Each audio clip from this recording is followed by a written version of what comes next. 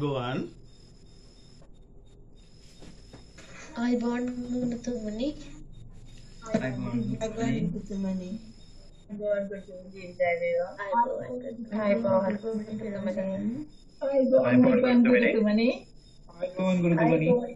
අයිබෝන් ගුරුතුමනි තෙරුවන් සරණයි. නොක්කෝටම තෙරුවන් සරණයි.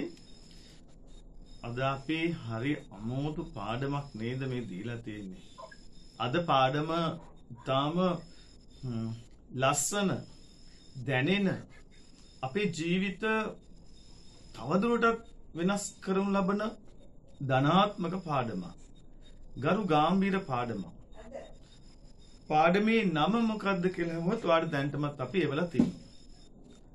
පාඩමේ නම තමයි අද සහ දැන්. පාඩමේ නම අද සහ දැන්. එතකොට අද සහ දැන්. අපි හතරවෙනි පාඩමට මේ අද ඇවිල්ලා තියෙන්නේ. අප මනෝවිද්‍යා පාඨමාලාවේ හෙළ මනෝවිද්‍යා පාඨමාලාවේ අද අපූර්ව පාඩම අද සහ දැන්. අපි උදාහරණයක් අරගෙන තමයි මේ පාඩම කරන්නේ. ඒ උදාහරණය මේ ජීවිතයේ මේ තාක්කල් ඔබ අහනු ලබන අපිට මෙහෙම පුළුවන්ද කියලා හිතන තරමට අපූර්ව වෙනස්ම විදිහේ උදාහරණයක්. අපි ඊයේ රාත්‍රී ඒ උදාහරණය යම්කිසි වැඩසටහනකදී ගත්තා. එහෙනම් අපි සූදානම් වෙමු. මොකක්ද මේ අද පාඩමට ගනු ලබන උදාහරණය? හොඳයි දරුවනේ, හරි සතුටින් ඉන්න. මේ වෙනකොට ඕගලන්ගේ ගෙවල් වල හොඳ ලස්සන දේවල් අපිට එවනවා කරලා තියෙනවා. ඒ ගෙවල් වල ඔයා වගේම වාගේ අනෙක් ගෙදර ඉන්න ආදරණීයන් අපිට කියනවා වුණොත් ඇහුම්කන් දෙනවා කියලා. අනේ අපි ගොඩාක් සතුටුයි. හොඳයි දරුවනේ, අපි එහෙනම් විශ්වගත වෙමු, ලෝකගත වෙමු. මේ ලෝකයෙන් එළියට ඇවිල්ලා ලෝකෙ දෙස බලන්න ගමු. නැවතත් මේ ලෝකයෙන් එළියට ඇවිල්ලා ලෝකෙ අපි ඉදිරියෙන් තියාගෙන අපි ලෝකෙ දෙස බලන්න. එන සතුටෙන් සම්බන්ධ වෙන්න. එක්තරා පන්සලක් තියෙනවා. ඒ පන්සලේ කාලය කියන්නේ නෑ මං. එක්තරා පන්සලක් තියෙනවා. ඒ පන්සල කොහෙද කවුද වැඩක් නෑ. අපේ උදාහරණයක් අපි ගන්නවා. ඒ පන්සලේ නායක හාමුදුරුවෝ ඉන්නවා. නායක හාමුදුරුවෝ වැඩ ඉන්නවා. ඇබිත්තියෙක් ඉන්නවා. යම්කිසි කාලයක්, යම්කිසි සාධාරණ කාලයක් සහිත පන්සලක්, විහාරස්ථාන. එක්තරා මත්ද්‍රව්‍ය ගන්න තරුණෙක්. මේ පන්සලට දවල් 11යි 12යි අතර. නැවතත් පුතේ, එක්තරා මත්ද්‍රව්‍ය ගන්න අද කාලේ හැටිනම් ගමේ වචනින් කියනවනම් එක සැර වැඩි. නමුත් අපි කියන්න වෙනවා මේ ප්‍රශ්නේ තේරුම් ගන්න. කුඩු ගහන මත්ද්‍රව්‍ය වලට ඇබ්බැහි වෙච්ච එක්තරා පුද්ගලයෙක්, තරුණයෙක්, අහිංසක දරුවෙක්, සමාජය විසින් කුඩුකාරයයි හම්වඩු ගසන දරුවෙක් අර පන්සලට ඔන්න ඇතුළු වුණා. ඒ පන්සල පෞරාණිකයි. මහා හාමුදුරුවෝ ඉන්නවා, ඇබිත්තියා ඉන්නවා. ඇබිත්තියා හාමුදුරුවන්ගේ දවල් දානය සකසලා තරමක් එයින් ඈතට එළියට යනවා හාමුදුරුවන්ට ආරාධනය කරන්න. ඔය අතරේ අර මත්ද්‍රව්‍යයට ඇබ්බැහි වූ තරුණයා පුතේ අර දානශාලාවට ඇතුළු වී හාමුදුරුවන්ට මේ වෙනකොටත් බෙදා ඇති ඒ දාන පාත්‍රය අරගෙන, ඒ දාන පාත්‍රය, ඒ දාන පිඟාන කියලා හිතමුකෝ. මේ ඕනෑම විදිහකින් තේරුම් ගන්න.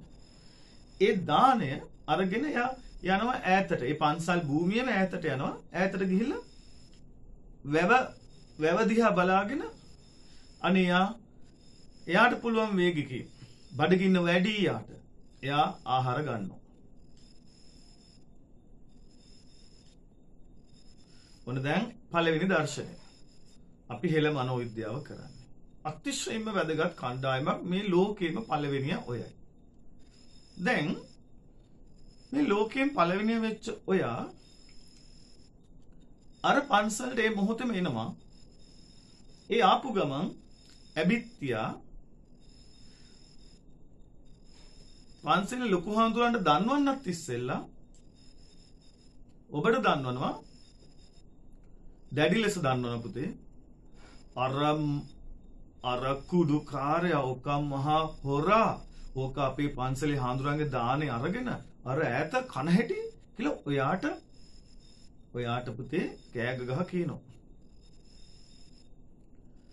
මන් දැන් ඔක්කොගෙම නෙමේ වෙලාවේ හැටියට දෙන්නෙක්ගෙන් තුන් දෙනෙක්ගෙන් මට හිතෙන දෙන්නෙක්ගෙන් තුන් දෙනෙක්ගෙන්.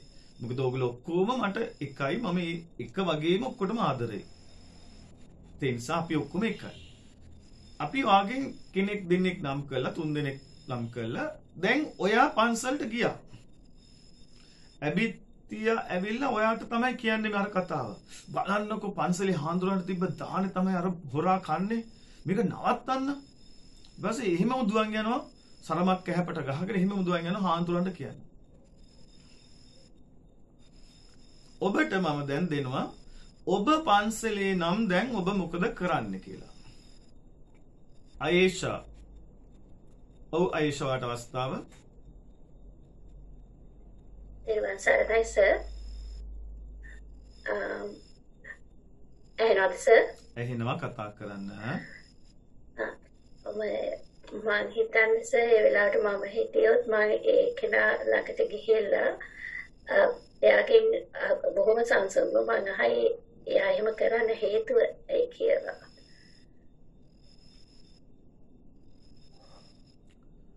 හොඳයි. හොඳයි ආයිෂා. ඒක උත්තරයක්. තවත් එක්කෙනෙක්ට අවස්ථාව ඔය ආයිෂා තවත් එක්කෙනෙක් මම හිතන්නේ.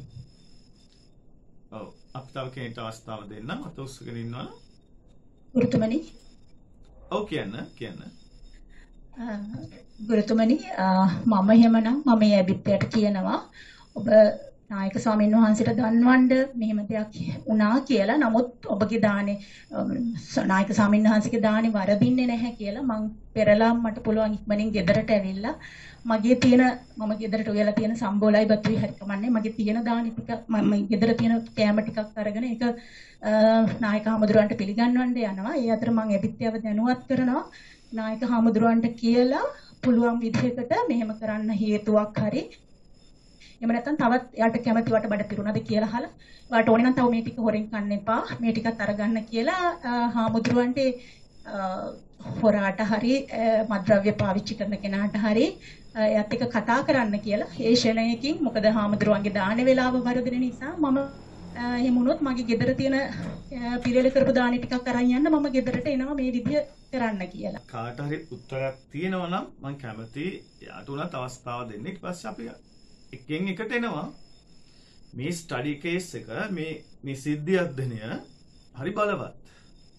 මේකෙන්ම මම වාව අද පාඩමයි ඌ දෙයකට සම්බන්ධ කරනවා. හරි සතුටෙන් කරා.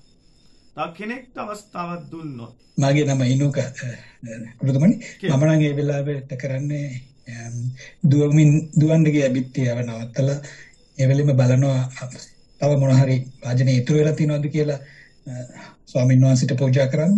එහෙම තියෙනවා නම් කලබල වෙන්න දෙයක් නැහැ කියනවා. එහෙම නැත්නම් මම කරන්නේ ඒ වෙලෙම පන්සලේ ඉක්මනින්ම පිස ගන්න පුළුවන් දෙයක් තියෙනවා නම් ඒ දේ ඉක්මනට පිළියෙල කරන්න කටයුතු සූදානම් කරනවා. හොඳයි බොහොම සතුටුයි. අපේ හෙළ මනෝවිද්‍යාව දරුවෙක්ගේ හැසිරීම දැන් සමාජය විසින් අධීක්ෂණය කරાવી. ඔයා ගනු ලබන තීරණවල තත්ත්වයට අනිත් අය ගරු කරන්න සහ ආදර්ශමත් ඒ සමාජයට ඉදිරියෙන් යන දරුවෙක් කියලා ඔයාගේ උත්තරේ ඉල්ලන කාලයක් ළඟම එනවා. දැන් මෙතන උත්තර දීපු දරුවෝ 3 දෙනාම අනේ හරිම ලස්සන උත්තර. හරිම වැදගත්. මේවා අහන පින් තියෙන්න ඕනේ නේද? ඒ වගේම මානසික පාරමිතාවක් පුරාගෙන ඉන්න ඕනේ. හොඳයි. දැන් ප්‍රශ්නේ උග්‍ර වේගන එන්නේ. මොකද්ද ප්‍රශ්නේ උග්‍ර වේගන එන්නේ?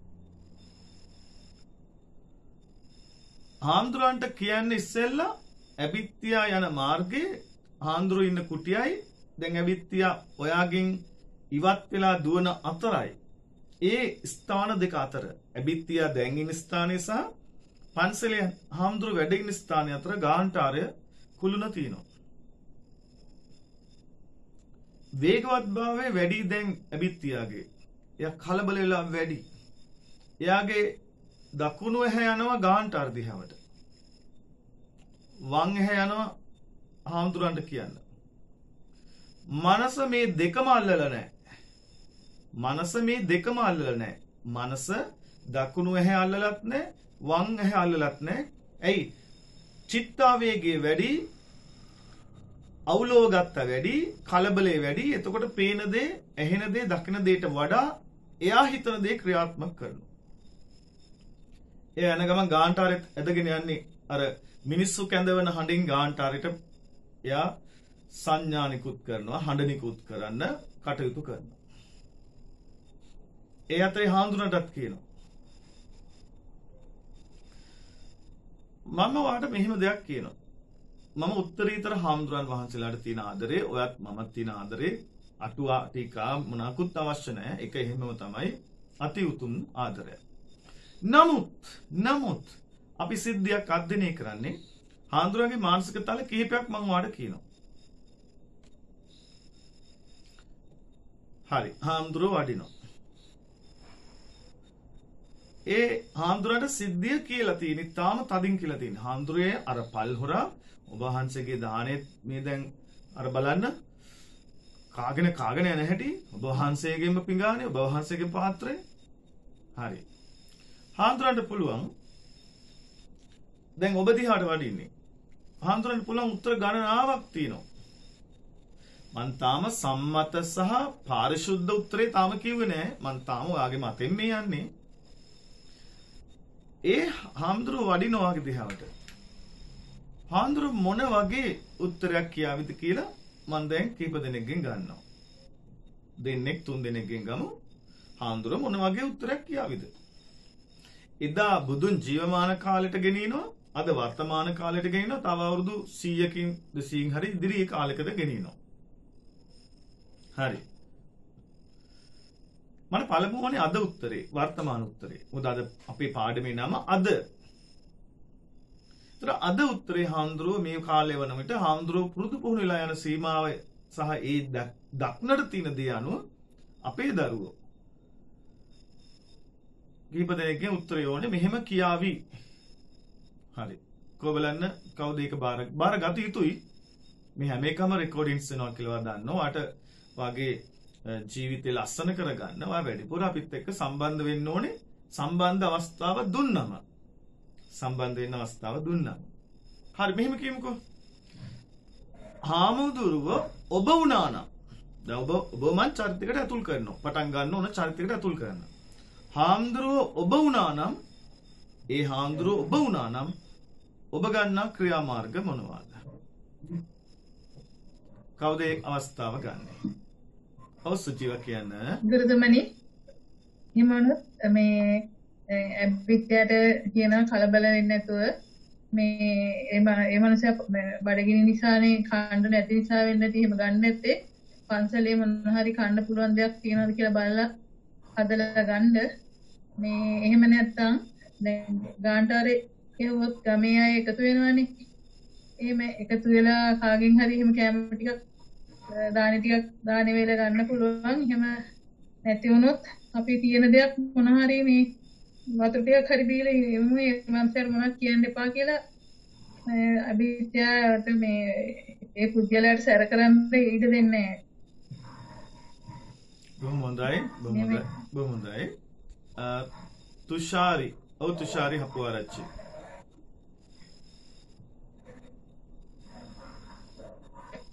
අයිබෝන් ගුරුතුමනි.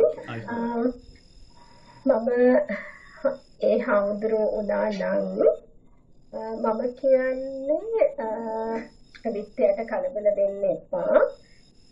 එයා මුලදී එයාගේ හැසිරීම කොහොම වුණත් මේ වෙලාවේ එයා මගේ දානේ කරගෙන කන්නේ යාට ගොඩාක් අධික බඩගින්න නිසානේ. ඒ බඩගින්න නිවෙනවා කියන්නේ මගේ බඩගින්නත් නිවෙනවා. ඒ නිසා මට දාන්නේ ලැබුණා වගේ කියලා මම ඒක සලකනවා. ඒ නිසා ඔයා කලබල වෙන්න එපා. හිතේ ද්වේෂය ඇති කරගන්න එපා. මේ පුද්ගලයා පිළිබඳ කියන එක යාටත් පැහැදිලි කරලා දෙනවා. මම හිතනවා මට ඇත්තටම දාන්නේ නැතුව උනත් ඉන්න පුළුවන් වෙන තරමට මනස මට ඒකෙන් සතුටක් ලබනවා කියන එක මම එයාට පැහැදිලි කරලා දෙනවා.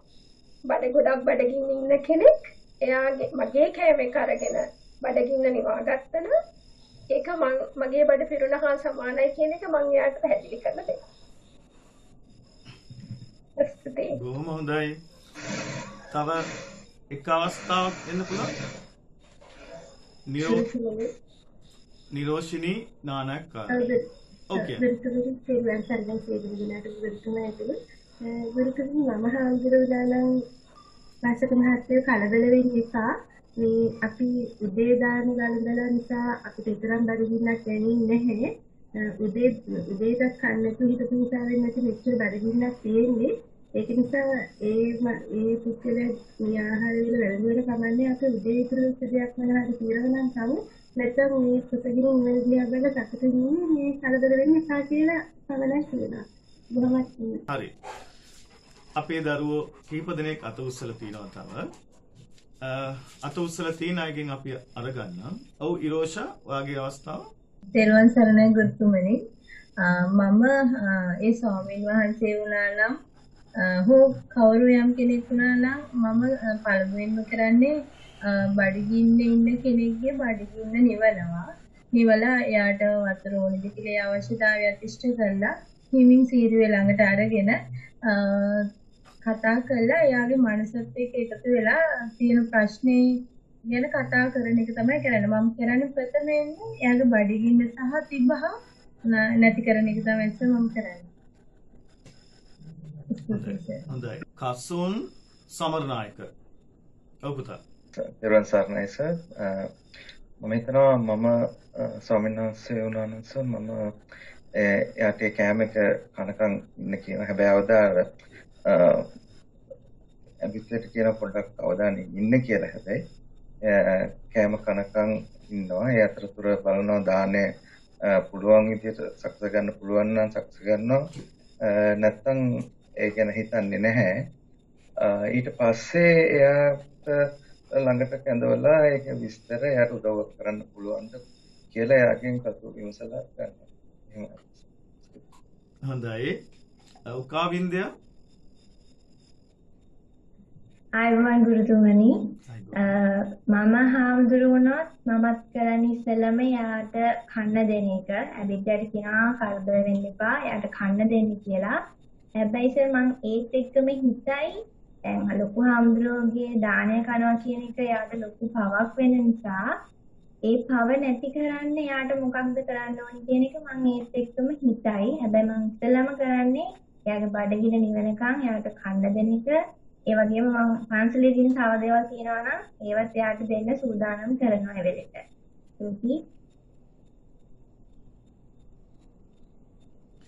හොඳයි.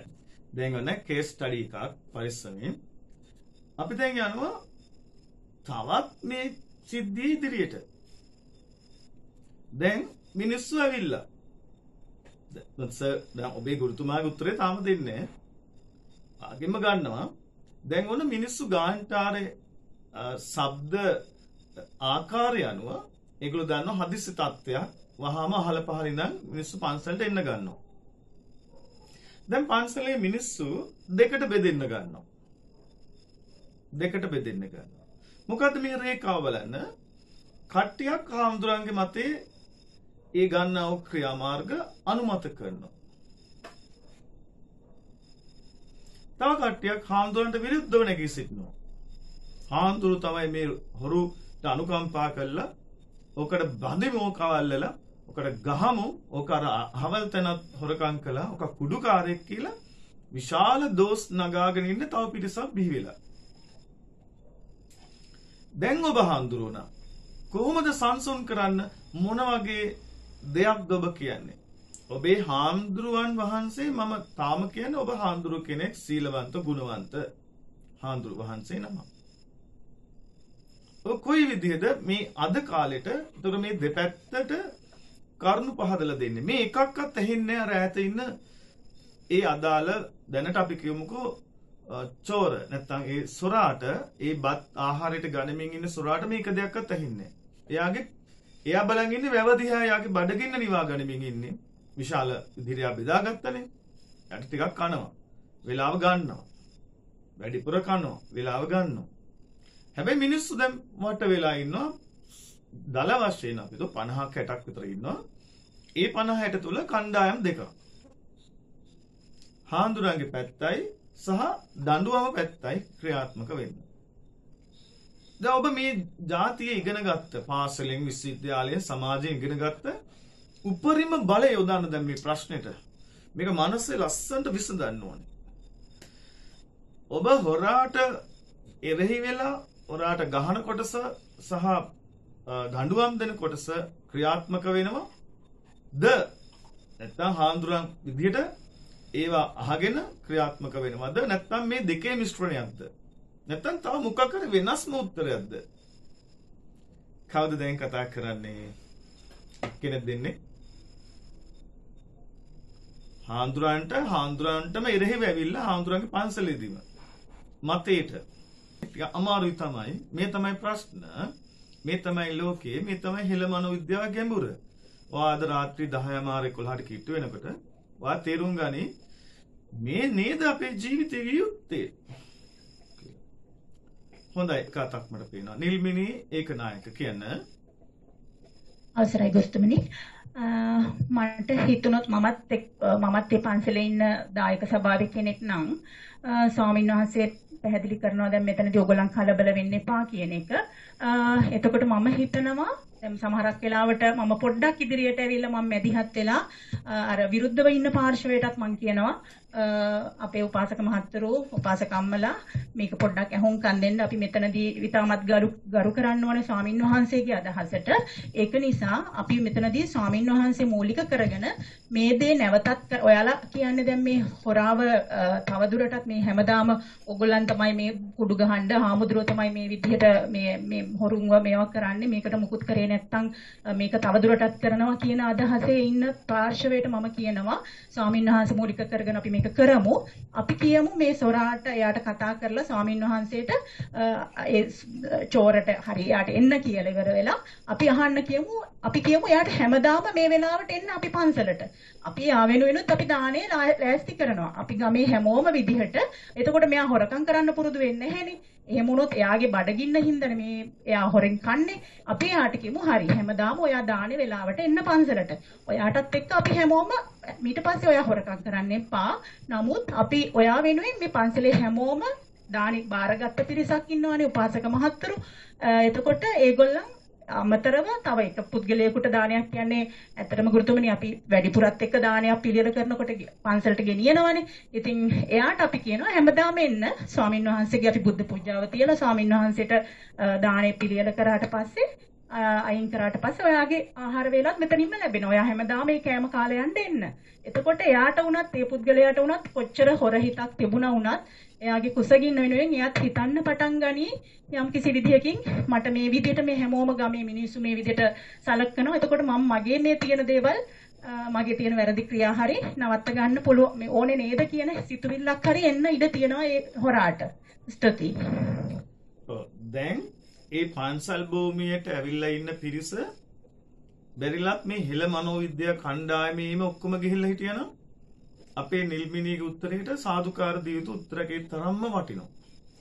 නමුත් මේ සමාජය තුළ එවැනි උතුම් මිනිස්සුම දකින්න හම්බ වෙන්නේ නැහැ. උතුම් මිනිස්සු දකින්න හම්බ වෙන්නේ මේ කාලේ වෙනකොට අඩු ගානේ ලක්ෂයකට 10ක් 15ක් වගේ තාම අල්ප ප්‍රමාණයක්. ටග්ගාලා දායක සභාවේ කෙනෙක් පැනලා කියනවා මේ නිල්මිනියක්ගේ ඔයාගේ වැඩක් බලා ගන්න.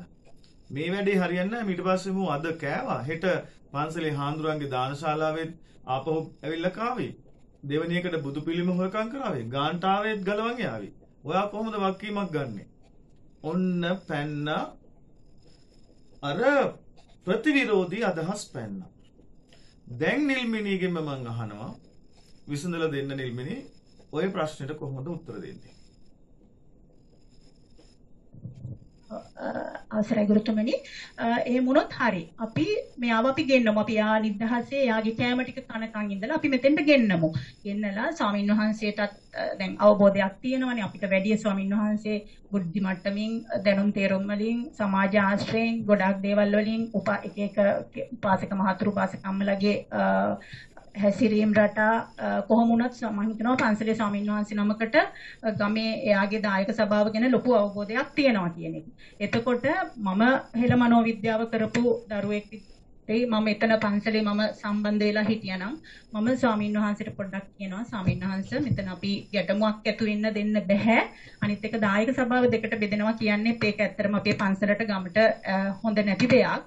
ඒක නිසා ස්වාමීන් වහන්සේ ඔබ වහන්සේ මුල්ලෙලා අපි මෙයාගේ ආහාර අරන් ඉවරුණාට පස්සේ ඔබ වහන්සේම මෙයාව ගෙනල්ලා ඉවර වෙලා මේ සොරාට අවවාද කරන එක දැන් අනිත් ගමේ මිනිස්සු පිළිගන්නේ නැති වෙන්න පුළුවන් නේ ගුරුතුමනි. එතකොට ස්වාමීන් වහන්සේ මූලික කරගෙන කියනවා ඔබ වහන්සේ අනිත් පාර්ශවයට තේරුම් යන විදිහට හරි මේක මේ අවස්ථාව මේක පළවෙනි අවස්ථාව වෙන්න පුළුවන්. දෙවෙනි තුන්වෙනි අවස්ථාව වුණොත් මම ඔයාලට අවස්ථාව දෙනවා මෙතනින් එහාට ඒ දඬුවම අපි කොයි විදිහටද ලබා දෙන්නේ කියලා. එතකන් ඔය දායක සභාව විදිහට මම කියන වචනෙට මං හිතනවා අනුගත වෙන්න කියලා හොරාව ගෙන්නලා ඉවර වෙලා ස්වාමීන් වහන්සේට මම කියනවා ස්වාමීන් වහන්සේ මම අවවාදයක් විදිහට නෙමෙයි මගේ දැනුම් තේරුම් විදිහට ස්වාමීන් වහන්සේ පුළුවන් විදිහට මේක විසඳන්න කියලා. ඉතින් සොරාව ගේන වෙලාව වෙනකොට පුළුවන්කමක් තියෙනවා නම් මට එතෙන්ට මැදිහත් වෙන්න මමත් ඒ සොරාගේ මට්ටමේ ඉඳගෙන අපි හැමදාම අපි මොනම දෙයක් වුණත් කරන්නේ අපි ඕනම රැකියාවක් කරන්නේ එතකොට මොනම රස්සාවක් හරි ඒක කසල සෝදනයක් වෙන්න පුළුවන් ඉහළ පෙරේ කලමනාකාරීත්වයක ආයතන ප්‍රධානියෙක් වෙන්න පුළුවන්. නමුත් මේ අපි හැමදෙනාම ඇත්තටම රැකියාවක් කරන්නේ හැම කෙනාගේම මේ කුසගින්න නිවා ගන්න.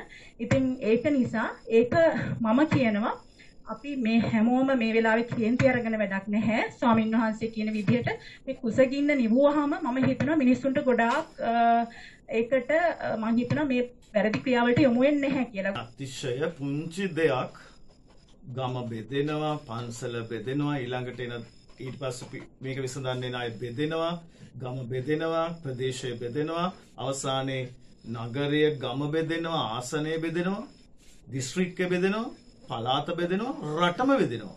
මේ තාම සුළු දෙයක්. මම තාම අපේ උත්තරේ දුන්නේ නැහැ. කාලානුරූප උත්තර තියෙනවා. මම වාගෙන් ගන්නවා. වාගේ ගොඩාක් හොඳ අදහස් තියෙනවා. මම ඒ අදහස් වලට අනිත් අයටත් ඒක ගන්න විදිහට දෙන්නේ. බොහොම හොඳයි. සඳනේ අත උස්සගෙන ඉන්නවා සඳනේ. තෙරුවන් සරණයි ගුරුතුමනි. තෙරුවන් සරණයි. මම හාමුදුරුවෝ නම් ගුරුතුමනි මම කියනවා ඔහු පන්සලට ඇවිල්ලා ආහාරය ගත්තට මට ගැටලුවක් නැහැ. අපේ ස්වාමීන් වහන්සේලා අදිත් මහත්තයා ඇතුළු සියලුම දෙනා කෑම කාලේ ඉවර වෙලා ඉතිරි බත් එක ඔතලා තියෙනවා. කාට හෝ අසරණෙක්ට හෝ කාට හෝ තවත් දායක සභාව මාත් එක්ක එක අදහස් කියනවොත් මම කියනවා මගේ අදහසට අනුව ස්වාමීන් වහන්සේ නමක් වශයෙන් ඔබලාට ඔය තියෙන ගැටලුව මේක නම් එක එක්කෙනා දවසට ඇවිල්ලා පන්සල මුර කරන්න කැමති නම් මම හොරායනයකට කැමති වෙනවා. ස්තුතියි පුතේ. ඔව් කසුන් සමරනායක. ගුරුතුමනි මම ලොකු හාමුදුරුවෝ නම් මම මුලින්ම මේ මිනිස්සයාට කවුරු හරි ගහන්න හදනවා නම් මම ඒක නවත්තනවා මුලින්ම. නවත්තලා එයාව එතන ආරක්ෂිතව තියනවා. ඊට පස්සේ දැන් දායක සභාව දෙකට බෙදිලා නම් මම පන්සලේ හාමුදුරුවන්ට මට තියෙන මගේ බුද්ධ පුත්‍රයෙක්ගේ ලිමිට් එකක් තියෙනවා. එතකොට ඒ කියන්නේ මගේ ලිමිට් එක මට කැම ටිකක් දෙන්න පුළුවන්. ඊට පස්සේ ධාර්මිකව එයාට ඕදන් දෙන්න පුළුවන්. එතකොට ඊට අමතරව දෙයක් කරන්න තියෙනවා නම් මම දායක සභාවෙන් ගැලපෙන දෙතුන් දෙනෙක් දෙපැත්තෙන්ම අරගෙන ඒගොල්ලන්ට සාකච්ඡා කරලා ඒකට විසඳුමක් හොයන්න කියලා ඒකට මැදිහත් වෙන්න කටයුතු කරනවා. හොඳයි. දැන් තාම අපේ උත්තරේ දුන්නේ නැහැ. තාම වාගේ උත්තර ගන්න. දැන් අපි ගෙනින ඔයාව කාලතරණයකදී කාලතරණයක් දැන් ගෙනිනවා මේ සංසිද්ධිය මේ පන්සලේ වීගෙන යනවා. දැන් මෙතනට ක්‍රිස්තු වර්ෂ 1153 1186 මේ අවුරුදු 33 දී අපේ රට ස්වයංපෝෂී කරපු එක්සේසත් කරපු අතිශ්‍රේෂ්ඨ නරපතියේ මහා රජෙකුට ආරාධනය කරනවා අපි දැන් මේ සංසිද්ධියට සහභාගී වෙන්න කියලා. උන්වහන්සේ වෙන කවුරුත් නෙවෙයි මහා පරාක්‍රම බාහු මහා රජතුමා. දැන් මේ පාන්සලේ ගානට ආරෙත් සද්දත් ඇහිලා අපි තුමා අශ්ව ඊළඟට චතුරංගනි සේනාව කියලා. උන්වහන්සේ වෙන වැඩකට යන ගමන් මේ ලැබෙන පණිවිඩයට වහාම ක්‍රියාත්මක වෙලා පන්සල් භූමියට එනවා. දැන් මහා පරාක්‍රම බාහු රජතුමා මේ ප්‍රශ්නෙට මැදි වෙලා උන්වහන්සේ දැන් ඔබ නෙමේ මහා පරාක්‍රම බාහු රජතුමාගේ තේජාන්විත භාවය, ශ්‍රේෂ්ඨත්වය, විරාජමානත්වය, යුද හැකියාව, බණ හැකියාව, මේ මහා සංඝරත්නයේ තියෙන ආදරය, ගෞරවය, ඊළඟට පාලක දක්ෂතාවය මොන කෞටිල්‍යද? කෞටිල්‍යයට ගොඩාක් ඉහළින් ඉන්නේ අපේ පරාක්‍රම බාහු රජුව. ඒකින්ද ඉන්දියානු උදාහරණ එපා. මේක නිසා මේ පරාක්‍රම බාහු රජතුමා මොන වගේ උත්තරයක් ගනීවිද? දැන් ප්‍රශ්නේ ලෙවල් මට්ටම ඉහළ වෙගෙන එනවා. ඔයා ඉස්සෙල්ලා ඇබිත්තිය වෙනවා, පන්සලේ හාන්දුර වෙනවා, දායක සභාව වුණා. දැන් තාම උත්තරයක් දුන්නේ නෑ ඔබේ ගුරුතුමා. දැන් ඒ වෙනුවට තවදුරටත් ප්‍රශ්නය තවත් පුළුල් කළා මනස්තලයෙන් කාලතරණයක් කරනවා. මහා පරාක්‍රම බාහු රජතුමා දැන් පන්සලේ ඉන්න උන්වහන්සේ කොයි වගේ තීරණයක්ද ගන්න කියලා මං අහනවාගෙන් සතුටෙන් අත උස්සලා කීප දෙනෙක්ට අවස්ථාව දෙන උත්තරේ දෙන්න. නිරෝෂිනි. ඔව් නිරෝෂිනි.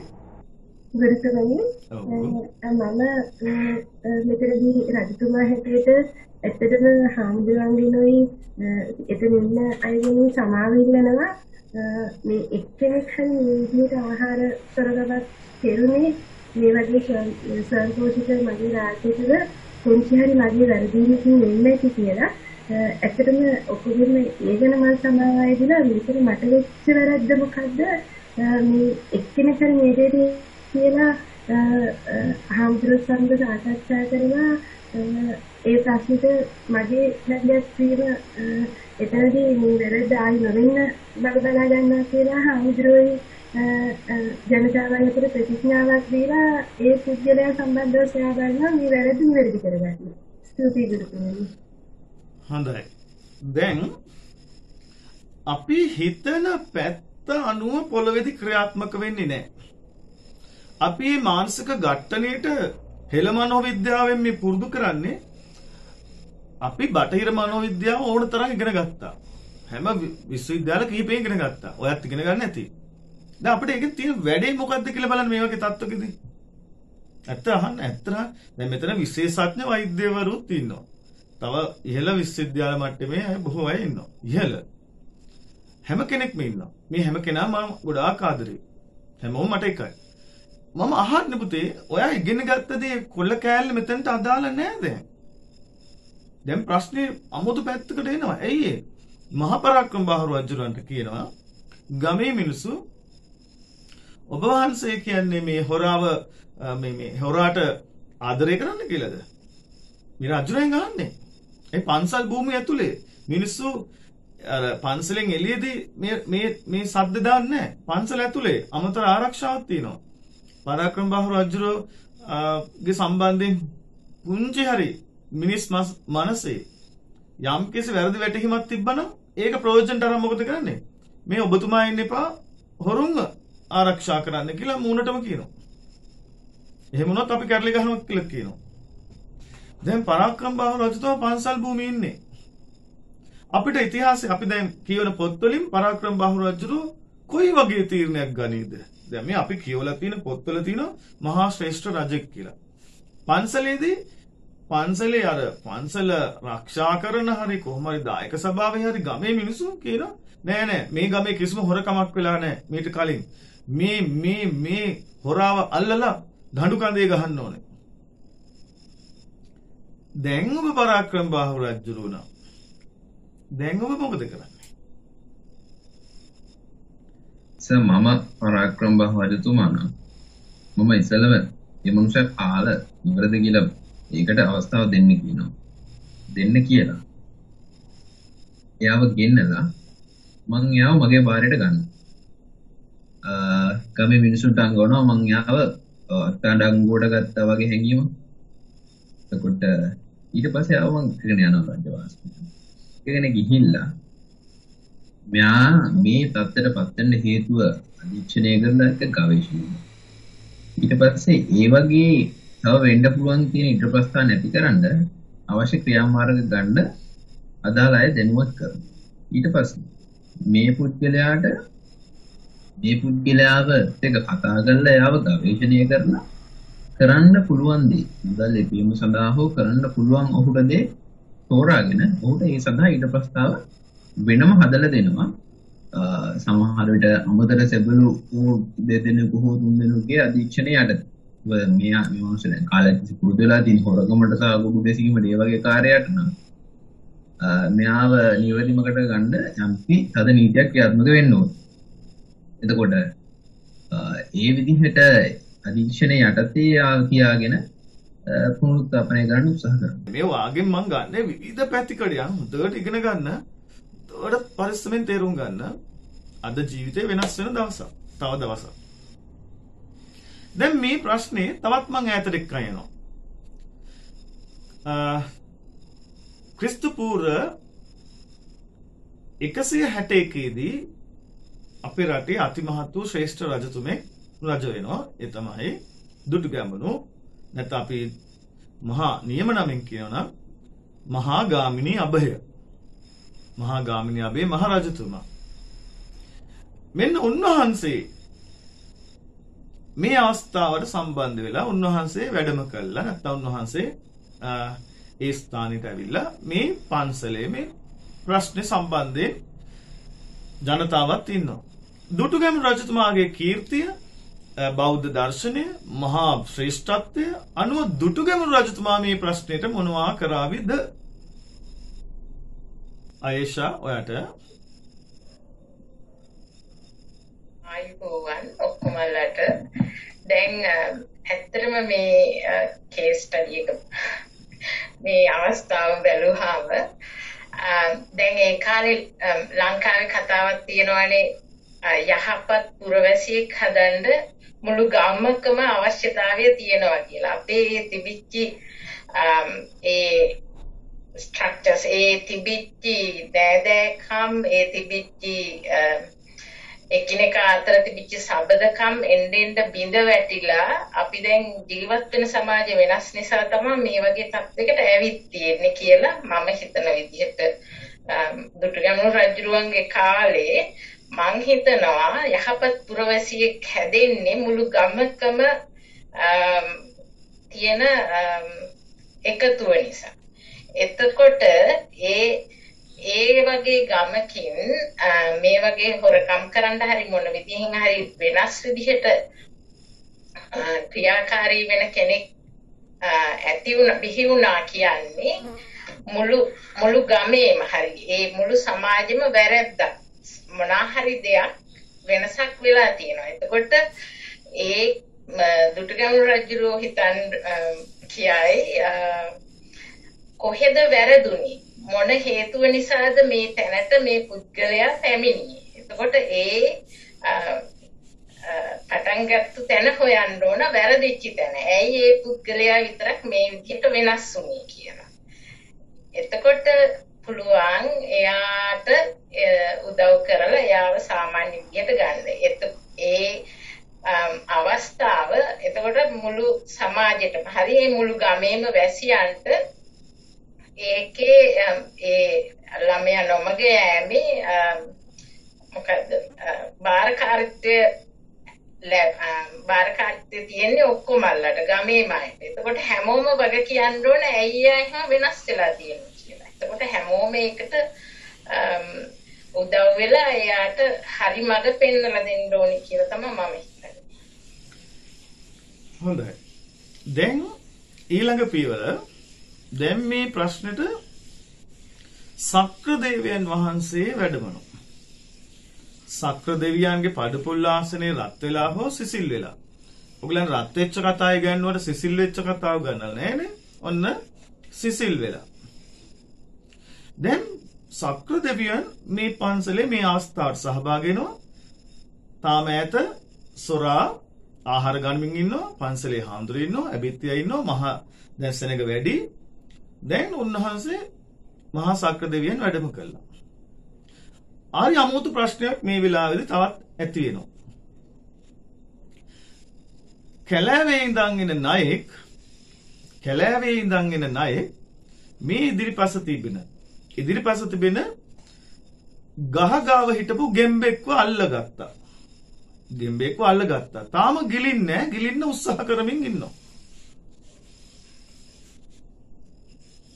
මේ නායා විශාල ගෙම්බෙක්ව අල්ලගත්තා. මේ තමන් ඉදිරිපිටම මේ මිනිස්සු ඉදිරිපිටම ඇබිත්තියා ඉදිරිපිටම මේ හාමුදුරු ඉදිරිපිටම සක්‍ර දෙවියන් ඉදිරිපිටම. දානේ ප්‍රශ්නකුත් තියෙනවද? දානේ සම්බන්ධ ප්‍රශ්නකුත් තියෙනවා. මේ නායා මේ ගෙම්බව අල්ලගෙන ගිලින්නේ නෑ මේ මිනිස්සු දිහා බලන් ඉන්නවා.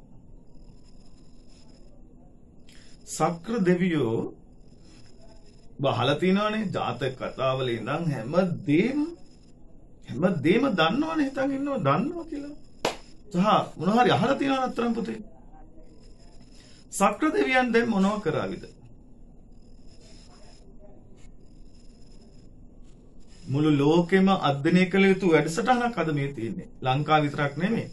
මුළු ලෝකෙටම සාමය උදා වෙනවා මේක හරියට අධ්‍යයනය කළොත්.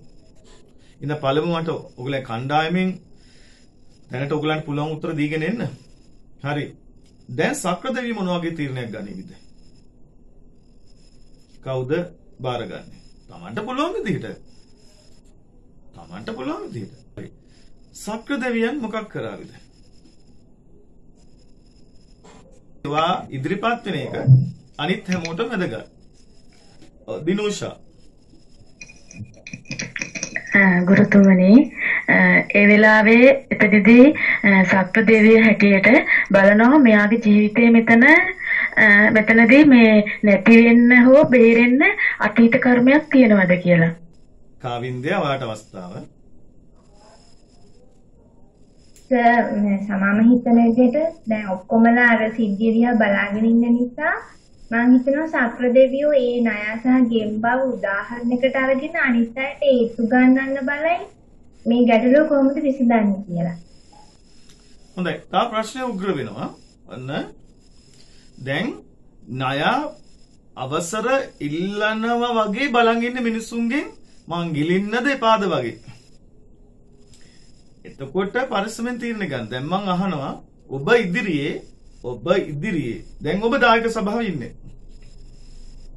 ඔබ ඉදිරියේ ණයෙක් ගෙම්බව අල්ලගෙන ඔබේ දිහා බලන් ඉන්නවා මම ගිලින්නද එපාද? වාට ගිලින්න කිව්වොත් ණයගේ ආහාරේ කුසට ආහාරේ හරි. එපා කිව්වොත් එයා එළියට දානවා. නමුත් කිසිම දායක සභාවේ එක්කෙනෙක් කිව්වට එළියට දාන්නේ නැහැ. ඔබ ඉදිරියේ දැන් ඔබ ගෙම්බව බේරන්න නම් ණයට ගහන්නත් හෝ පහර දෙන්නත් හෝ යම් කිසි දෙයක් කරන්න ඕනේ. නැත්නම් අතාරින්නේ නැහැ ණය මේ ගෙම්බව.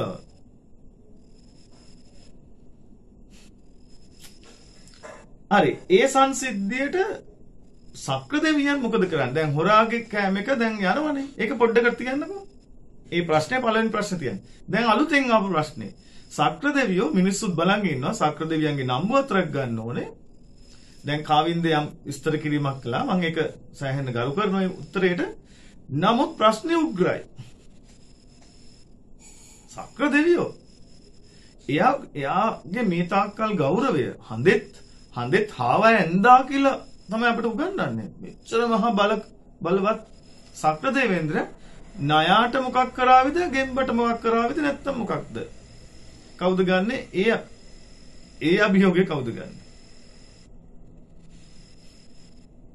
තමන්ට පුළුවන් විදිහට ඔයාගේ උත්තරේට මම කවදාවත් පහත් කරනවද උසස් මුකුත් නෑනේ පුතේ. ගෞරව කරනවා විතරයිනේ. ඒකින්ද කිසිදු කෙනෙක් අපහසුතාවයකට පත් වෙන්නේ නෑ. උත්තරේ වැරදිද හරිද එහෙම අදාළ නෑ. ඔයා අපිට කරන්න උදව්වක් ඔයා උත්තරයක් දීමෙන්. මොකද මම බලාපොරොත්තු වෙන්නේ මෙන්න සමාජයේ තවත් දකින්න පැත්තක් කියලා දරුවන්වම ඒක යොමු කරනවා. කවුද ඉදිරිය? හර්ෂිකා කියන්නේ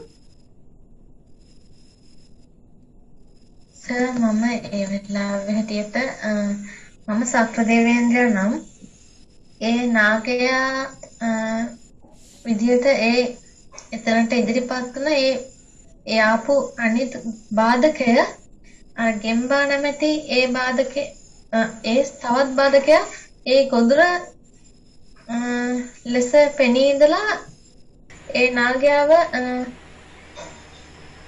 කුමන හෝ ක්‍රමයකින් එතනින් ඉවත් කරනවා. ඉවත් කරලා අර ගෙම්බාට නිදහස ලබා දෙනවා. තෝනි කියන්නේ අබේදානය ලබා දීලා ඉන් පසුව මෙම ප්‍රශ්නය සඳහා ඉදිරිපත් වීමට සිතනවා. නාගයා සති 2-3ක් තිස්සේ බඩගින්න ඉඳලා තියෙනවා. හම්බෙච්ච ගොදුර නාගයා අතාරින්න කැමති නැහැ. ඔයා හෙළ මනෝවිද්‍යාවනේ කරන්න ආවේ බටහිර බොළඳ මනෝවිද්‍යාව නෙමෙයිනේ. බටහිර බොළඳ මනෝවිද්‍යාව අපි කෙලින්ම කියනවා බටහිරට උත්තරයක් නැහැ මේකට. බටහිරකයා දෙන්නම් මරලා දාපන්. ආරු කනවනම් කාපන් නැත්තම් එක හිටපන්. මොකද ඒගොල්ලෝ මේ ආත්ම භාවයේ විතරයි උත්තර හොයන්නේ. ගියාත්ම භාවයක්, එනාත්ම භාවයක් උගන්වන්නෙත් නැහැ. ඒගොල්ලන්ට එහෙම දෙයක් උගන්වන්නේ නැහැ. ඒගොල්ලෝ පුනරුත්පත්ති හරහා යන්නෙත් නැහැ. අන්තං එක්ගා කේස් විතරයි පොඩ්ඩක් අපිට පිළිගන්න පුළුවන් මට්ටමක් තියෙනවා. අද වාගේ ජීවිතේ රාත්‍රී වෙන වෙලාවල් බලන්නවත් එපා. එක්කෙනෙක්ම මෙතන වෙලාව බලන කෙනෙක් ඉන්නවා මේවට සහභාගී වෙන්නත් එපා. අද රාය මධ්‍යම රාත්‍රී වෙනකොට වා කවුද කියලා මම ඔයාලට ඔප්පු කරලා පෙන්නන්නම්. මේ ස්ටඩි කේස් එකේ. චර ගැඹුරුයි. චර රසවත්. හොඳයි සක්‍ර දේවේන්ද්‍ර ඔව් පුතා කසුන් වාට අවස්ථාව. සර් මට හිතෙනවා මම සක්‍ර දෙවියන් මම එතන මුගටියෙක්කම වල එතකොට මුගටියක් නෑ බය නිසා සමහරවිට කුදුරු ගිලෙන්න පුළුවන්. එහෙම වුණොත් එතන ගෙම්බගේ ජීවිතේ බේරෙනවා. එතකොට ණයත් එතනින් ඇදිලා ඇයි මුගටියට බය. එතකොට ඔයාට දැන් ණයා බඩගින්නේ සතියක් දෙකක් ඉඳලා තියෙන හම්බෙච්ච එකම ගොදුර. එතකොට කසුන් ඔබ ගන්නේ සක්‍ර දේවේන්ද්‍රයාගේ පිළිතුර. එතකොට මිනිස්සු කෑ ගහනවා මේ මිනිස්සුන්ගේ හැටි. මිනිස්සු කෑ ගහනවා මේ ණයා අර අහවල් තැන හිටියේ මේ ටිකේම ගොදුරක් හම්බුන්නේ මේ ඔයා නැති කලේ මේ ණයාගේ බඩගින්නනේ. ණයාට කුසගින්නට දැන් මොනවද දෙන්නේ?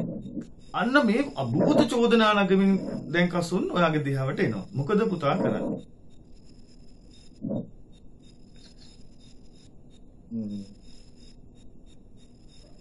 සර් මෙහෙම ඒක එතකොට අපිට දැන් මුගටියා එතන සක්‍ර දෙවියෝ පේන්න මේක මම නැතුව පැත්තකින් එන විදිහට කළොත් එතකොට සක්‍ර දෙවියෝ එතන සම්බන්ධයක් නෑ වගේ පෙන්නුවොත් එතන. හොඳයි. නමුත් අපි දැන් නැති කරන්නේ ණයාගේ බඩගින්නනේ.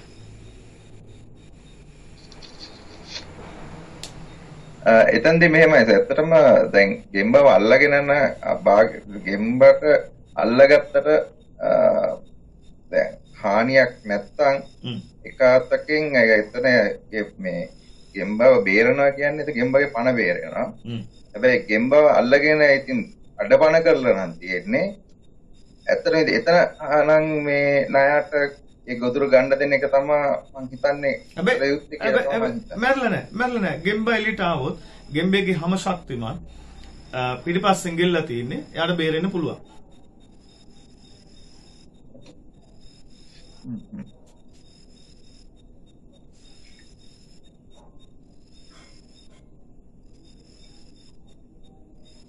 හෙලෝ. ඔව් නෑ චිත් කියන්න.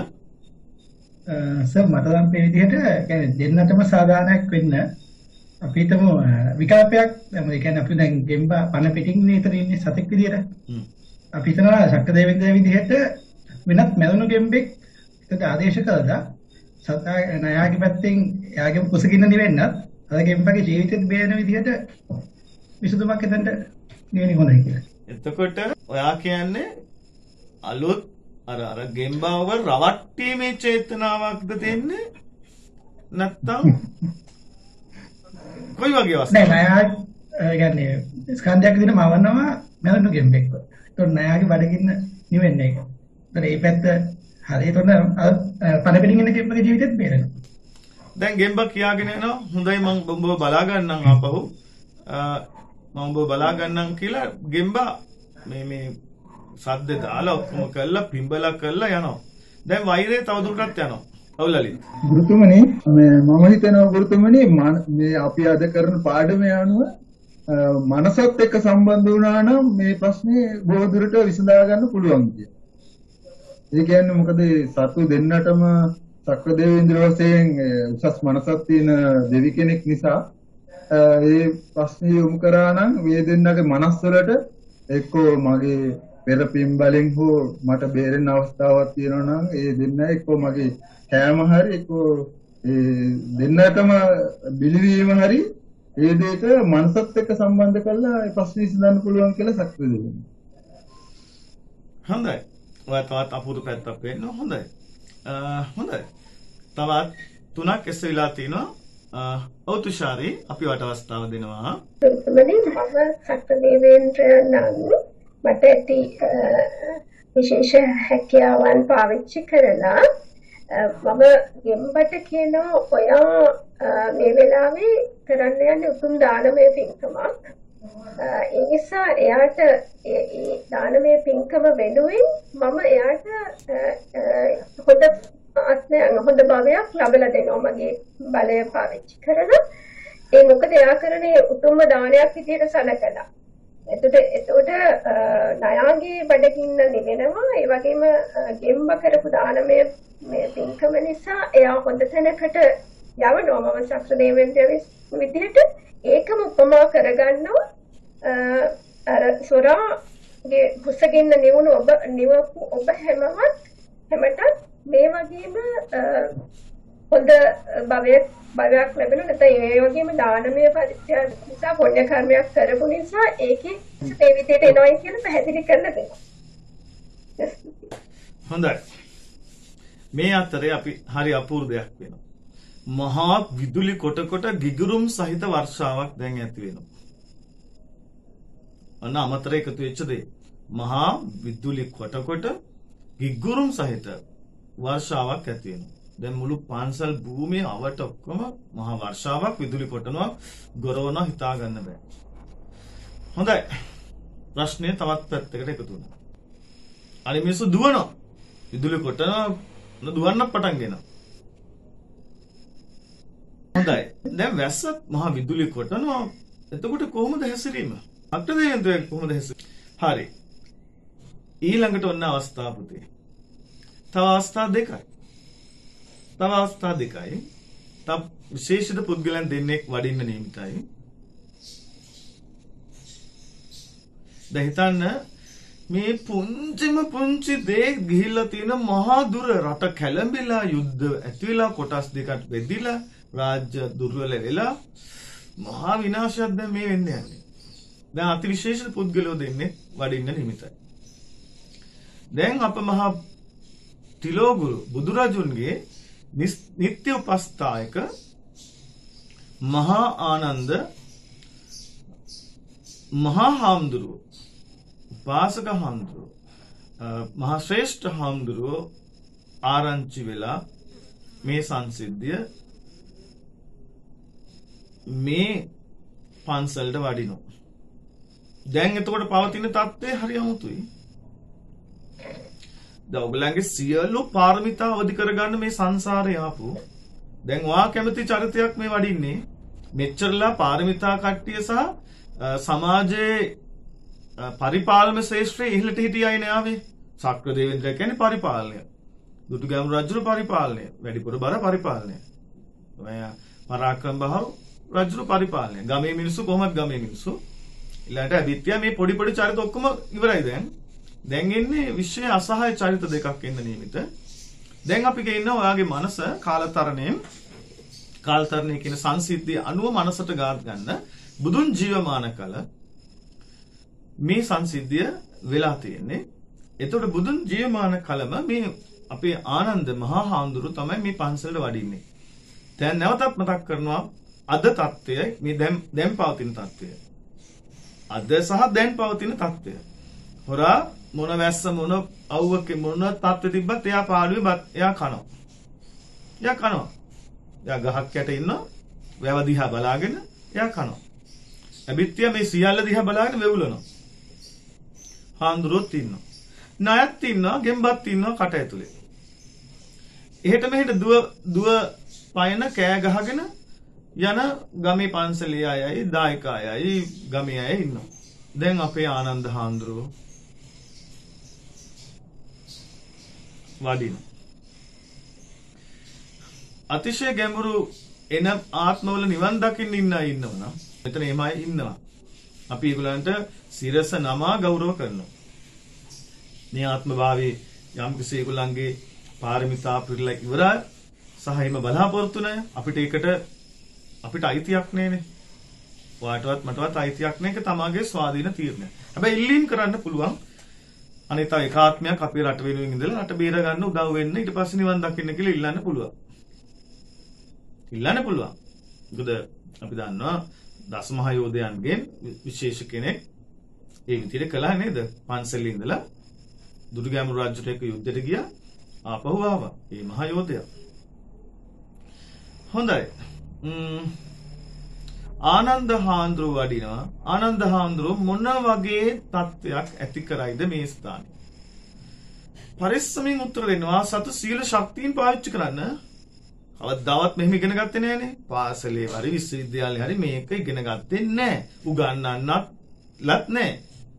මම දැන් වයින් අහන්නේ වාගේ සියලු ශක්තියින් ආත්මීය පූර්ණයන ආත්මීය දැනුම සම්භාරය මහා භවාංගයෙන් කියන ශක්තියින් වන්න අවස්ථාව ප්‍රයෝජනට ගන්න. තමන් කොයි වගේ මානසික තලයේද ඉන්නේ කියලා තමන්ම පරීක්ෂා කරගන්න. ආනන්ද හාමුදුරුව කොයි විදිහට ප්‍රශ්න විසඳයිද? සඳනි නානායක කර අත උස්සලා තිනවා කියන පුතා. මම ආනන්ද හාමුදුරුවෝ මුලින්ම ප්‍රශ්නේ මෙතනදී මොකක්ද කියලා අහනවා. ඊට පස්සේ මම ණයා සහ ගෙම්බව ගත්තොත් ණයා විදිහට ආදේශ කරගන්නේ දායක සභාව, ගෙම්බ විදිහට ආදේශ කරන්නේ අර පුරාව. ඒතර මම කියනවා ඒ සංසිද්ධිය අමතක කරන්න. ඒ සත්තු ඒගොල්ලන්ට මොලයක් නැහැ. මනසින් උසස් කියන්නේ මිනිසට. ඒ ණයා ගෙම්බව කෑවම පවක් සිද්ධ වෙනවා කියලා ඒක ඔයගලන්ට තේරෙනවා. ඒක මනසින් උසස් මිනිසා කියන කෙනාට තේරෙනවා. ඒක නිසා ඒ විදිහට ඒ தත්තට වැටෙන්න එපා. අපි හොඳින් කතා බහ කරලා තීරණයක් ගමු. සගිය සතිය කිව්වා වගේ පළදායි ඇහුම්කන් දුන්න. ගත්තොත් අපිට හොරා එක්ක සංවාදයක් උගලින් කතා කරලා එයා මේ තැනට වැටුනේ ඇයි ඕන මිනිස්සෙක් කතා කරලා අපිට ගන්න පුළුවන් හරි තැනට වැරදි කෙනෙක්ට වැරදි කරපු කෙනෙක්ට ඒ වගේ හොඳට කතා කරලා ඒ මනුස්සයාට පිනක් තියෙනවා නම් ශක්‍ර දෙවියන්ට කියලා ඒ මනුස්සයට පිනක් තියෙනවා නම් ඒ මනුස්සයව හොඳ තැනකට හොඳ මිනිස්සෙක් කරනවා. දැන් ඊළඟට එන්න નિયમિત අතිසුවිශේෂී පුද්ගලයා පොඩ්ඩක් අපි තියාගෙන ආනන්ද හාමුදුරන්ගේ මැදිහත් වීම කොයි විදිහද කියලා බලමු. වහිනවා, ගොරවනවා, දුලි කොටනවා, මිනිස්සු මේ පැත්තෙන් දුවනවා. අර හොරා ගහක් යට වැව දිහා බලාගෙන නේ පාඩුවේ කනවා. අබිත්‍යය ඉන්නවා, පාන්සලේ හාමුදුරුවෝත් ඉන්නවා. දැන් ආනන්ද හාමුදුරුවෝ වැඩලා දැන් සක්‍ර දෙවිය නැහැ. අවශ්‍ය උන්වහන්සේට පුළුවන් අවශ්‍ය නම් කැඳවන්න. නමුත් ගෙම්බයි ණයත් ඉන්නවා. හරි. මේ වෙලාවේදී වඩාත්ම වේගයෙන් විසඳිය යුතු ප්‍රශ්නේ කෑම එකද ණය සහ ගෙම්බාද? නැත්තම් දායක සභාවේ කෑගහිල්ලද?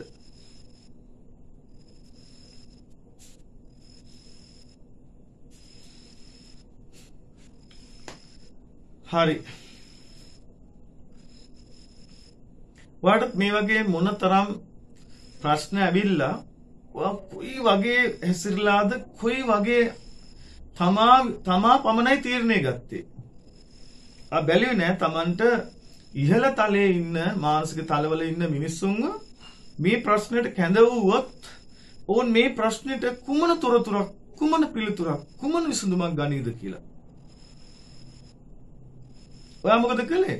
ඔයා ලෝකේ තනි වෙච්ච මිනිහෙක් වශයෙන් එහෙම හිතාගෙන මට කාත් කවුරුවත් නැහැ කියලා හිතාගෙන තමන්ම ප්‍රශ්නේ වෙලි අඬ නහයින් අඬ මේ ලෝකේ මිනිස්සු ඉන්නවා.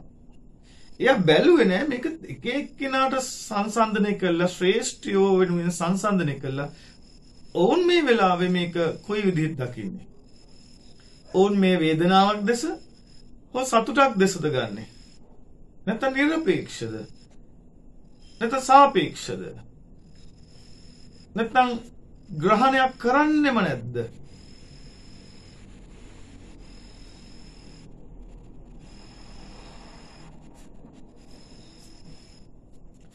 ඔන්න දැන් ඊට පස්සේ ඔයාලට දැන් මොනවා හරි ප්‍රශ්නයක් දැන් ඕන කෙනෙක්ට ඇතිනේ.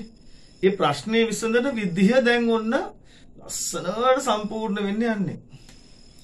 ඔන්න දැන් පුතේ පන්සලට වඩිනවා මගේ භාග්‍යවත් ඔබේ භාග්‍යවත් ඒ විශ්වීය මහා ප්‍රඥාවන්ත ශ්‍රේෂ්ඨ අමෘතය බඳු වූ මාගේ භාග්‍යවත් බුදුරජුන් දැන් පන්සලට වඩිනවා. ඒ පන්සලට වඩින විදිය හරි අපූර්වයි පුතේ.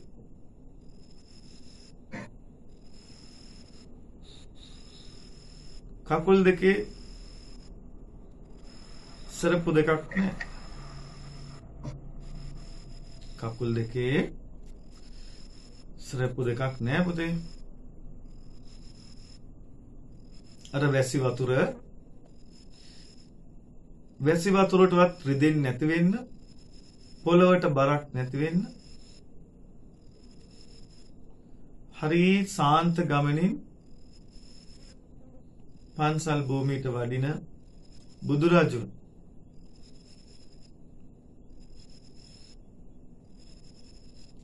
මේ රණ්ඩු වෙවි හිටිය පුද්ගලයෝ ඔක්කොම ඉන්න තැන් වලින් ආවනේ මේ ඒ වුණා. එදා පස්වග මහණුන්ට වුණා වගේ. එදා පස්වග මහණුන්ට ඈත බුදුරජුන් වඩිනකොට කිසිදු ගෞරවයක් නොකරෙමු කියලා කතිකා කරගත්තනේ. නමුත් බුදුරජුන් ළඟට වඩිනකොට එක්කෙනෙක් පාසිවුරු ගන්නවා, පාත්‍ර ගන්නවා, පාදෝවණය කරනවා, පිය දානවා. ඒක තමයි. මේ වෙලාවෙත් මගේ භාග්‍යවත් බුදුරජුන්, ඔබේ භාග්‍යවත් බුදුරජුන් මේ හරේ සංසුන් ගමනින් වඩින බුදුරජුන් වෙත ගමේ මිනිස්සු දුවගෙන ඇවිල්ලා වැඳලා දන ගහලා මේ ප්‍රශ්නය ඈතදීම කියන්න උත්සාහ කරනවා. බුදුරජුන් තමන්ගේ පාඩියේ වඩිමින් පුතේ පළමුව ණයා සහ ගෙම්බා ඉන්න තැනට වඩිනවා. අපි සරලව කියනවා නම් ආව පුතේ. උන්වහන්සේ බාහිර සාධක වැස්ස හෝ කුණාටු හෝ මිනිස්සුන්ගේ කලබල හෝ විදුලි කෙටීම හෝ මේ වෙලාවේ ඇතිවෙච්ච මේ මහා අමුතු විනාශකාරී සහ කැළඹිලි සහගත තත්ත්වය මුළු රටේම යන්න ඉඩ තියෙනවා. නමුත් උන්වහන්සේගේ ශක්තිය සම්පූර්ණයෙන්ම ඒකාත්මිකයි එක්තැන් කළා. ඉතින් බබලනවා පුතේ. බැබලෙනවා. සූරාමෙන් බැබලෙනවා. නාගරාජය පළමු ආමන්ත්‍රණය කළේ පුතේ නයාට. බලන්න ගෙම්බට නෙමෙයි. නාගරාජයට. අපි එකට කියන විද්‍යාත්මක වචනයක් කියන්නේ ටෙලිපති කියලා. උදේ ටෙලිපති කියන එක සාමාන්‍ය පුංචි දෙයක්. පුංචි දෙයක්. අනුන්ගේ හිත කියවනවා. ටෙලිපති නෙමෙයි පුතේ බුද්ධ ටෙලිපති කියන්නේ. නැත්තම් බුද්ධ ඥානය කියන්නේ. මෙන්න බලන්න බුද්ධ ඥානය බුද්ධ ඥානයෙන් උන්වහන්සේ බුද්ධ ශක්තියෙන් නාගරාජයාට කියනවා නාගරාජය ඔබ මේ ගෙම්බාව අල්ලපු වාර ගණන අති විශාල. මෙහෙම කටේ දාගෙන ගිලින්න ඔන්න මෙන්න අවස්ථාවදී ඔබ මේ කරන දේ මින්පසු කරන්න යන දේ මේ ගෙම්බාව සම්පූර්ණයෙන් සිරුර ඇතුළට අරගෙන ආහාරයක් කරගත්ත වාර ගන්න අති විශාලයි.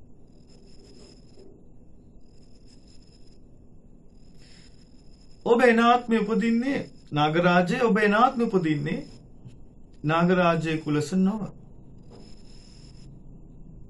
ගෙම්බ කුලසයි.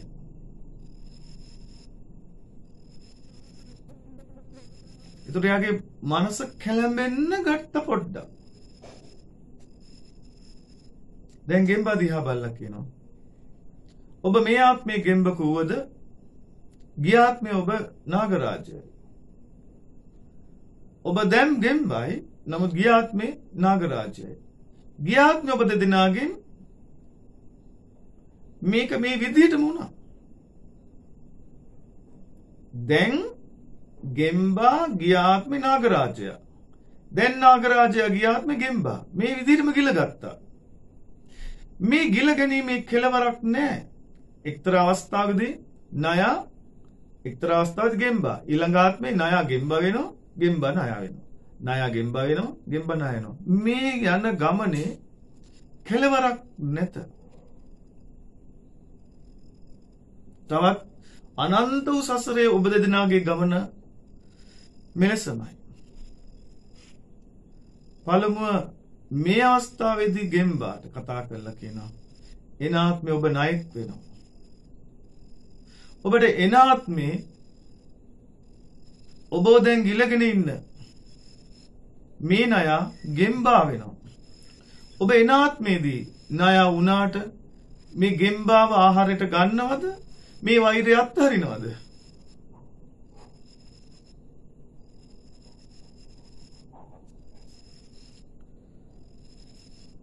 වර්තමාන අද ගෙම්බා කියන පුතේ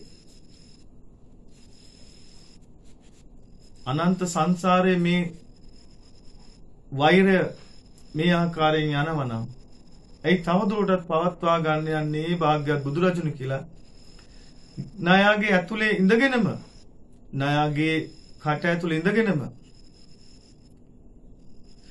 ගෙම්බා හිත නිදහස් කර ගන්නවා පුතේ සාදුකාර දීලා භාග්‍යවත් බුදුරජුණි මේ නාගරාජයා දැන් මාව ආහාරයට ගත්තත් කමක් නැහැ. මං ඔහු සමග තරහක් නැහැ. මා ඔහුට ආහාරයක් වුවත් මට කම් නැත.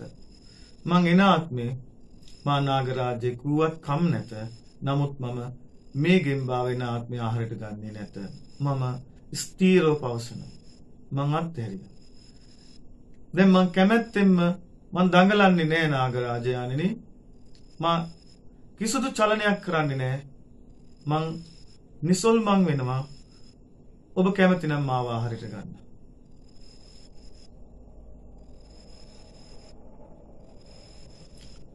කිසිදු සද්ද බද්දයක් නැතුව තමාගේ කුසට ආහාරයක් වෙන්න පූජා වෙන්න මේ විදිහට මෛත්‍රී සහගත වෛරය අත්හරින මේ ගෙම්බා බුදුරජුන් ඉදිරියේ මේ ගෙම්බා අන්නපත් වෙනවා මානසික ඉහළ තලයකට. ජීවිතේ බේරගන්න දඟල හිටපු කෙනාගේ මෛත්‍රිය වැඩි. අවබෝධය වැඩි.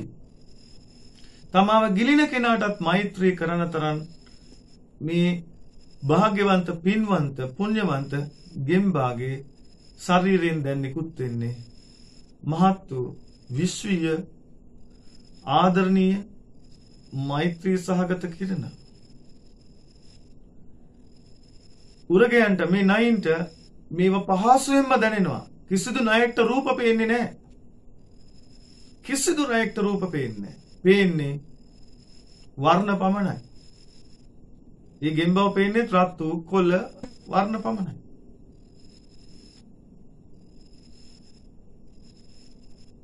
එයාට රූප පේන්න නම් එයා විඥානගතව දියුණු වෙන්න ඕනේ.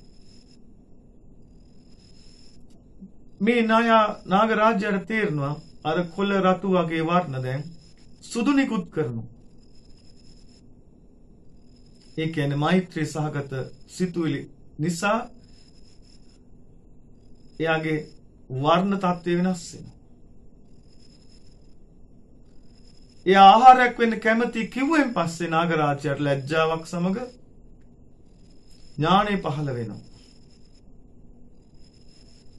භාග්‍යවත් බුදුරජුනේ සමාවන සීක්වා ආලෝකේ පහළ වුණා. ඔබ වහන්සේට වන්දනාමාන කරන්න අවසර කියලා නාග රාජ්‍යයා ගෙම්බාව අතහැරලා යන්නට කියනවා. ගෙම්බා කියනවා මිතුර ඔබේ තීරණය මේ නම් මායට එකගයි. මටද අවසර දෙන්න භාග්‍යවත් බුදුරජුන් වටා 3 වරක් පැදකුණු කරන්න.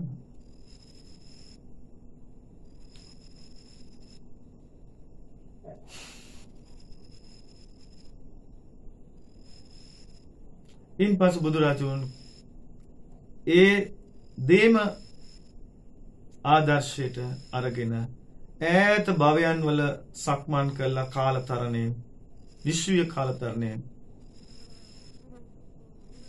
අර තරුණයා පන්සලේ අභිත්‍යා වෙච්ච වාර ගණන ගැන සඳහන් කළා. ඊ타ම කාලෝචිත සූක්ෂම මහා සනසිල්දායක ඉතා කෙටි බණක් කියනවා. අනේ අභිත්‍යා ඒ මිනිස්සයා අවබෝධ කරගන්නවා මම මොනතරම් වැරදිද මේ මානසික තලයකද ඉඳලා තියෙන්නේ පහත් මානසික තලයක නේද ඉඳලා තියෙන්නේ කියලා ඔහු අවබෝධ කරගෙන ඔහුගෙනුත් ආලෝකයේ සුදු ආලෝකයේ පහළ වෙනවා. වන්දිනවා පුතේ බිම දිගා වෙලා නමස්කාරය කරනවා. වැස්ස පින්න අදාළ නෑ. මේ සිද්ධිය වහිනවා. විදුලි කොටන ගොරවන සමහර මිනිස්සු කලබලයේ දුවනවා.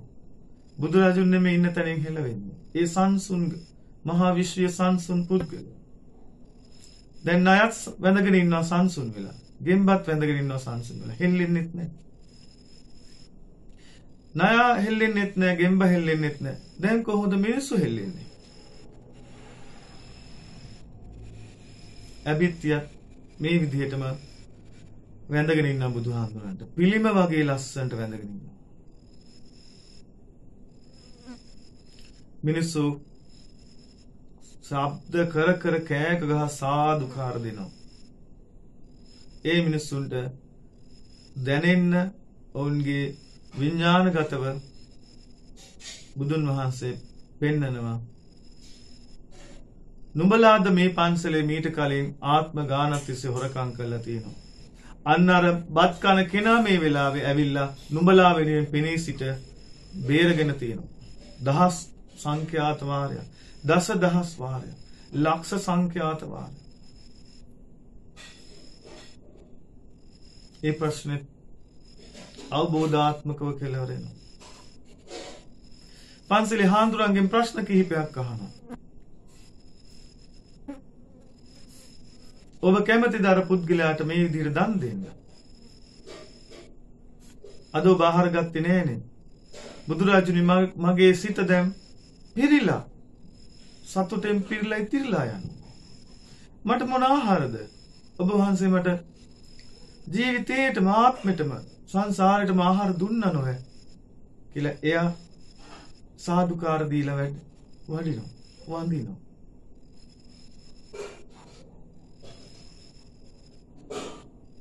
අප බුදුහාමුදුරුවෝ අහන පුතේ හාමුදුරුවනේ ඒ අර පුද්ගලයා තරුණයා මේ සම්මත සොරා පන්සලට හෙටාවොත් මේ විදිහට හොරකම් කළොත් අනේ භාග්‍ය පුදුරාජුනි මම කැමැත්තෙන් ආහාර දෙනවා. දෙවෙනි තුන්වෙනි හතරවෙනි පස්වෙනි දවස්වලට ආවොත් අනේ මම සතුටෙන් ආහාර දෙනවා. මම ඔහු කෙරෙහි කිසිදු අහිතක් නැහැ. හයවෙනි හත්වෙනි මාස දෙකෙම අහිතක් නැහැ.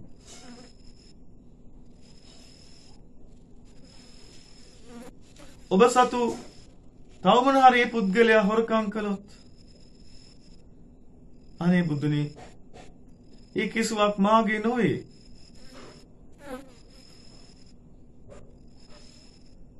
මම දැන් සතුටෙන් සත්‍ය අවබෝධ කරගනිමින් ඉන්නේ.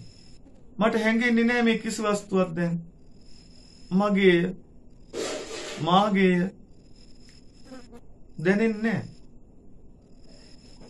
මහා උපේක්ෂා සහගත භාවයක් ඇවිල්ලා.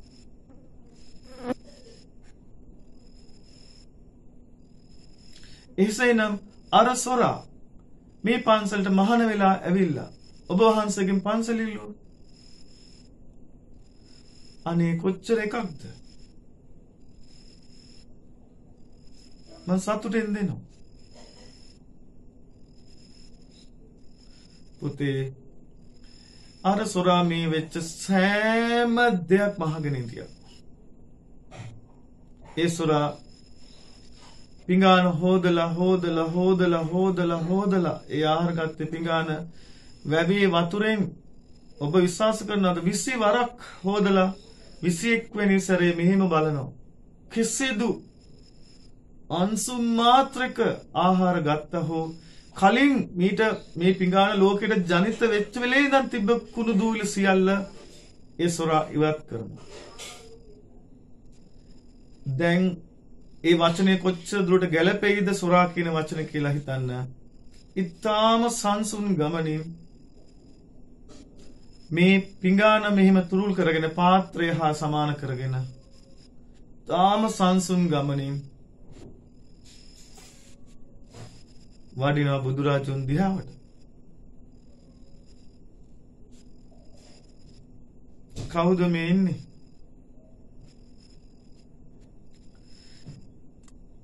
පිරිසුදු කළා මේ සොරා තමාගේ අතීත සියලු භව කර්ම දෝෂයන්. එදා අඟුලිමාලා කළා වගේ එක වචනයක්වත් බුදුහාඳුරුව අනුන්ට කියපු දේ අහන් ඉඳලා මේ උන්වහන්සේ මාර්ගඵල ලැබලා.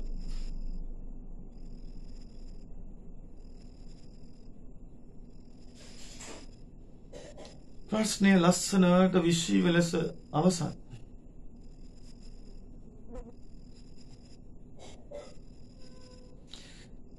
දැන් මං වාගෙන පුතේ අද සහ දැන් කියන මේ උත්තරීතර පාඩමේදී පළමු පඩියට ආපහු ගේනවා. මං වාගෙන් ඇහුවා ඔබ පන්සලේ ආව පන්සලේ බාහිර අපි තුමී සිද්ධි ආරංචි වෙලා පන්සලට ආව ඔයා. ඔබ පන්සලට ආව නම් ගාන්ටාරේ ගහලා නම් ආවේ දුවගෙන. පන්සලේ හාමුදුරුවෝ ඔබට ප්‍රශ්නේ තාම කියලා නැත්තම් ඇයි ඔබ වචන නාස්ති කළේ? පන්සල් භූමියේදී රජතුමා ගමේ පන්සලේ හාමුදුරුවෝ අබිත්‍ය නෙමෙයි. අබිත්‍ය රජ වෙච්ච පන්සල් ඇති. ඒ රජකම වළංගු නැහැ. නීත්‍යානුකූල වළංගු භාවයේ තියෙන ගමේ පන්සලේ හාමුදුරුවන්ට පන්සල් භූමියේදී ඔබ දන්නවා විශාකාවන් තමාගේ මෙතරම් වටිනා මහා මේල පළඳනාව පන්සලේදී අමතක වීමෙන් දාලා යනවා.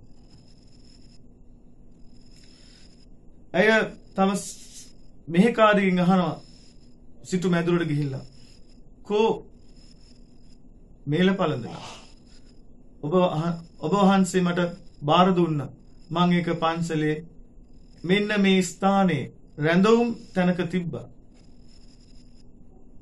විශාකාව කතා කරලා කියනවා මෙහි කාර්යයට.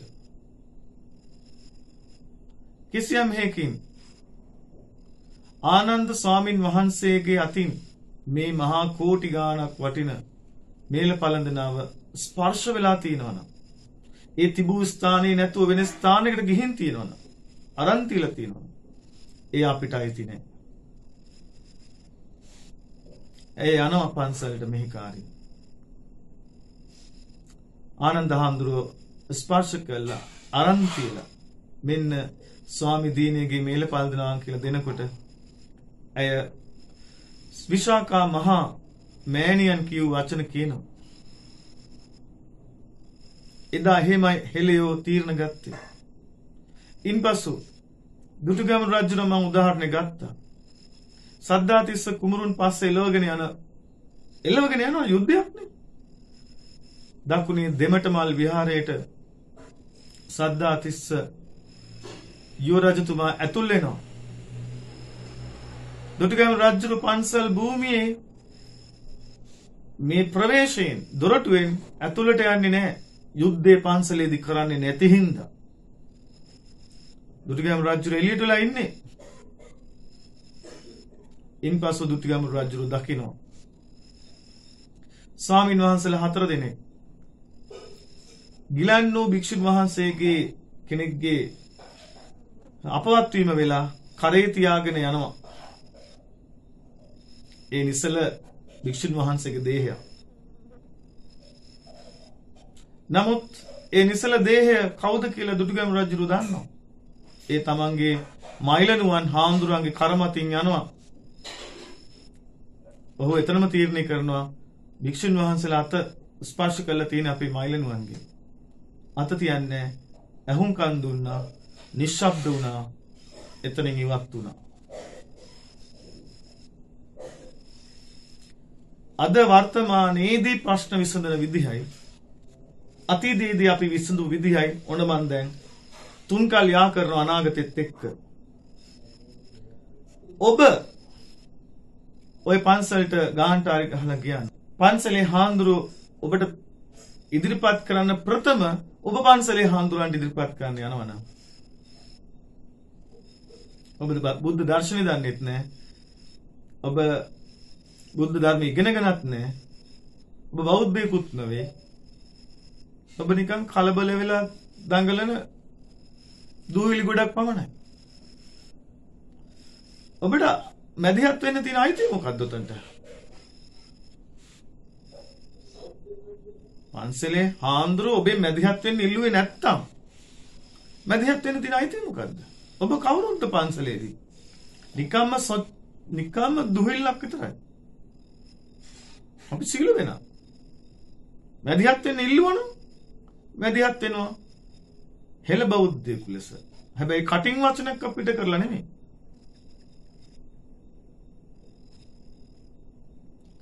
කෙතරම් ඔබ නිශ්ශබ්ද වෙන්න ඕනද කියලා මට තේරුණා. ඔයගොල්ලෝ කොච්චර කතා කළාද? ඒ කතා කරපු හැම දෙම අද සහ දැන් තියෙන සමාජයට 100%ක්ම තාම හොඳ උත්තර. නමුත් රත්තරන් දුවේ පුතේ ඔයගොල්ලන්ගේ නම මහා පාරමිතා කණ්ඩායම. ඔබට කටින් නෙමෙයි කරන්න. ක්‍රියාවෙන්. චිත්ත බලයෙන් උඩුසිත යටසිත භවාංග සිත් එක්තෙන් කරලා ගන්න. එක්සිට් කරලා ගන්න පිළිතුරු වලින්. ඒ පිළිතුරු වල ශබ්ද බද්ධ නැහැ. ඒ පිළිතුරු හරිම නිශ්චිතයි. සම්වරයි. ඒකාත්මිකයි. ගැටුම් නැහැ. පැහැදිලි.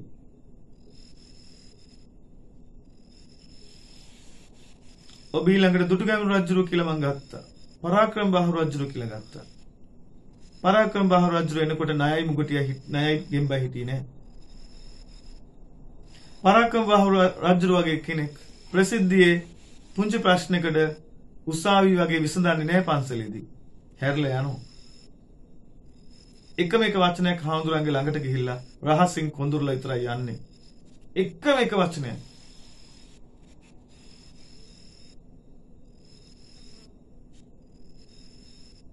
කතා කරන්නේ නෑ පුතේ. අපේ රට මොන තරම් කතා කරනවද? කතා සාප්පු විතරයි අපේ රටේ. පාර්ලිමේන්තුව ගත්තත් අනිත් හැම්පෙන් ගත්තා.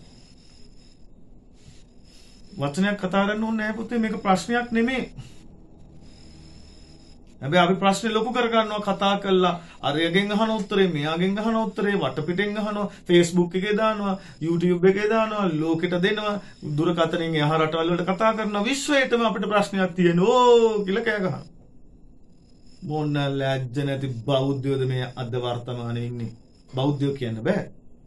ඒගොල්ලෝ බෞද්ධුරුණන් තිය අඩු ගානේ වල්පලෑටියක්වත් උදුර ගන්න නැහැ. ඉතින් ඒගොල්ලෝ බෞද්ධයෝ නොවේ. නමුත් මං වාගෙන් ඉල්ලන්නේ මොන වගේ උත්තරයක්ද? අද මේ පාඩම ඇති තමාගේ ජීවිතේට මේ වෙනකොට තියෙන සියලු ප්‍රශ්න විසඳ ගන්න. සියලු ප්‍රශ්න විසඳ ගන්න. කොයි කෝණෙන්ද බලන්නේ කියලා තේරුම් ගන්න. අදින් පස්සේ කලබල වෙලා ප්‍රශ්නයක් විසඳන්නේ. ඔයාමයි බුදුහාඳුරන්ගේ මනස මෙන්න මෙහෙමයි විසඳන්නේ කියලා ගියෙත්. ඔයාමයි ආනන්ද හාමුදුරුවෝනෙත්. ඔයාමයි දුටුගැමුණු රජුරෝ. ඔයාමයි මහපරාක්‍රම බහ රජුරෝ. කලබල වෙච්ච දායක සභාවයත් ඔයාමයි. එහෙනම් තීරණය කරන්න කළු අල්ලනවද සුදු අල්ලනවද? අර හොරා පිඟාන 21 වතාව සුද්ධ කළා. වචනයක් කතා කරලා නෙමෙයි. බත් එක කෑවේ පල්මපල් හොරෙක් පිඟාන සුද්ධ කළා. වඩින්නේ මාර්ගඵල රහතන් වහන්සේ කෙනෙක්. මිනිස්සුන්ට වෙනස් වීමේ අයිතිය දෙන්න. වාට අයිති නෑ පුතේ. අනිත් මිනිස්සු සමාජයේ කියන වචන අල්ලගෙන හොරා කියන්න. ඇබිත්‍ය. මොනවද මේ පුතේ? මේ නාමපද විතරයි. මේවට කියන්නේ අපි නාමපද විතරයි. මේ එක නාමපදයක් තනියෙන් තියෙන්නේ. සියල්ල තව දේවල් එක ගැට ගැහිලා තියෙන්නේ. සියල්ල ගැට ගැහිලා තියෙන්නේ. හෙළ ජ්‍යොතිෂය දන්නේ නැති අය චන්ද්‍රයා කියලා විතරක් කියනවා. හැබැයි අපි ඔබේ ගුරුතුමා චන්ද්‍රයා එක තව කොච්චර ශක්තියින් විශ්වයේ අපි ක්වොන්ටම් ශක්තිය බැලුවොත් චන්ද්‍රයා එක ගැට ගැහිලා තියෙන විශ්වයේ තාම ආලෝකවත් දහරා චන්ද්‍රයා සමග ගනුදෙනු කරනවා. ඒවා සියල්ල අයින් කළා බෝලයකට විතරක් චන්ද්‍රයා කියන බටහිර විද්‍යාවට ජනවාරි 17 ඉස්සෙල්ලා අඟහරුගේ ප්‍රොජෙක්ට් එකත් අහිමි වෙනවා. අනාගතයේ සඳුගේ ප්‍රොජෙක්ට් එකත් අහිමි වෙනවා පුතේ. මේ බැබලීගෙන ඉන්නේ මහා බුද්ධ දර්ශනය, සත්‍ය දර්ශනය, හෙළ ජ්‍යොතිෂය, හෙළ මනෝවිද්‍යාව, හෙළ වාස්තු විද්‍යාව මේවා ගැට ගැහිගෙන එනවා. ඔබේ මනසින් ආලෝකවත් ලද වචනයක බලය ඔබ තේරුම් ගන්න. ඒවා යන්ත්‍රයක්ද මන්ත්‍රයක්ද තන්ත්‍රයක්ද වෙනවා. එවැනි ආලෝකවත් මනසකින් වතුරු ගුරක් බිව්වත් හරි ලස්සනයි පුතේ. ආදරණීය පුතේ. සැනසෙල්ලක් පුතේ. මහා සතුටක් පුතේ.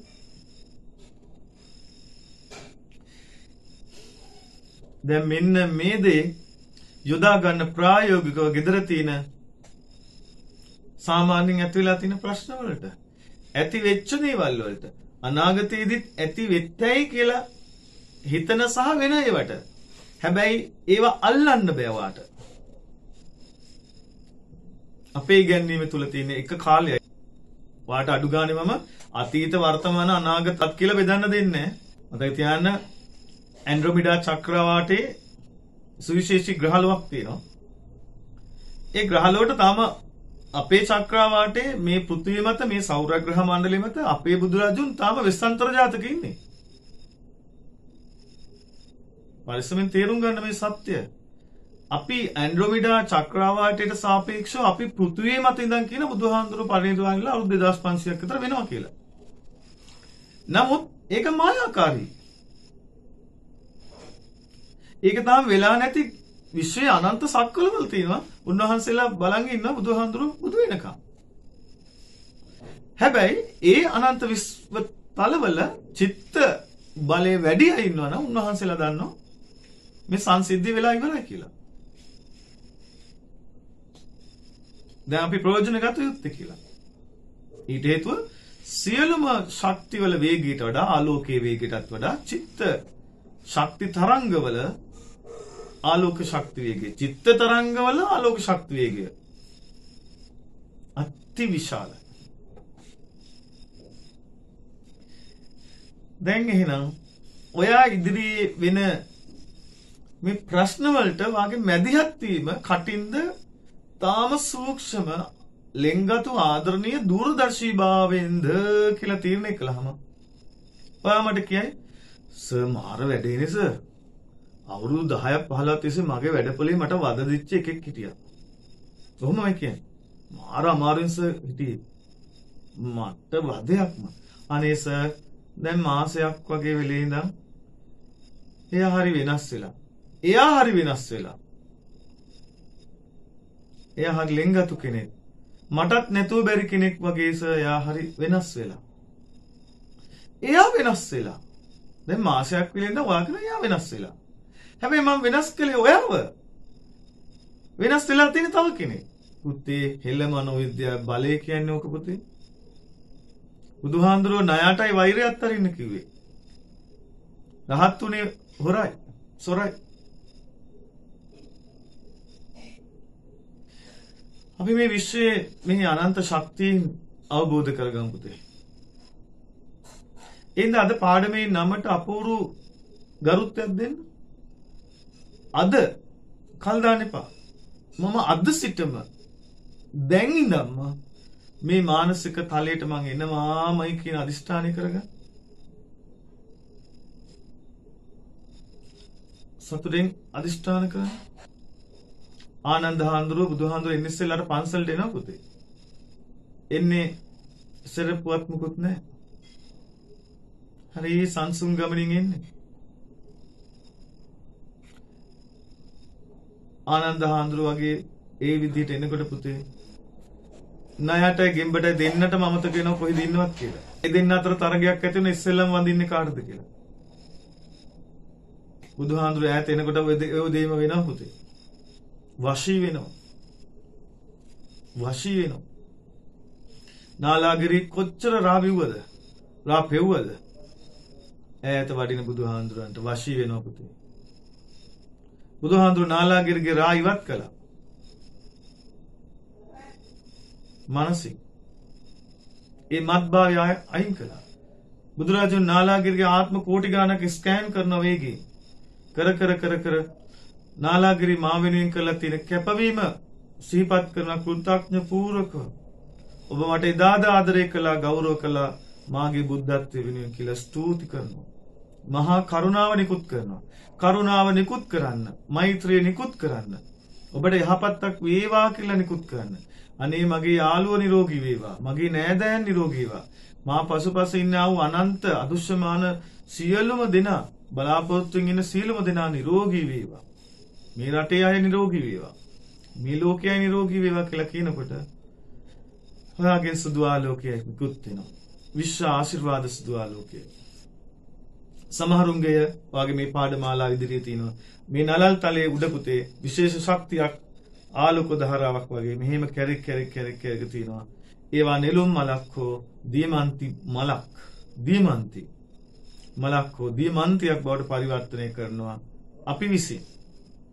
ඒක දෙවෙනි කොටසේදී අපි කරා පුතේ. සමහරවිට අපි ඒක ඉංගියක් දීලා වාට ඉදිරියේදී ඒවා වලින් පුංචි වැඩ ගන්න හැටි, වැඩ කරන හැටි උගන්නාවේ. පළමු වටේදී. නමුත් දෙවෙනි වටේ මහා යහක් වෙනවා.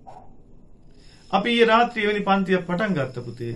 එංගලන්තේ සහ තවත් කීප දෙනෙක් වෙනුවෙන්. ඒගොල්ලෝ ඉල්ලුවා අපෙන් මහා වෙනස්ම ගමනක් පුතේ. ඒක අපි ලබා දෙන්න පටන් ගත්තා. මොකද ඒගොල්ලෝ මේ රටේ ලෝකේ බොහෝ දේවල් පරීක්ෂා කළා. ඒගොල්ලෝ ඉල්ලුවා දෙයක් පුතේ.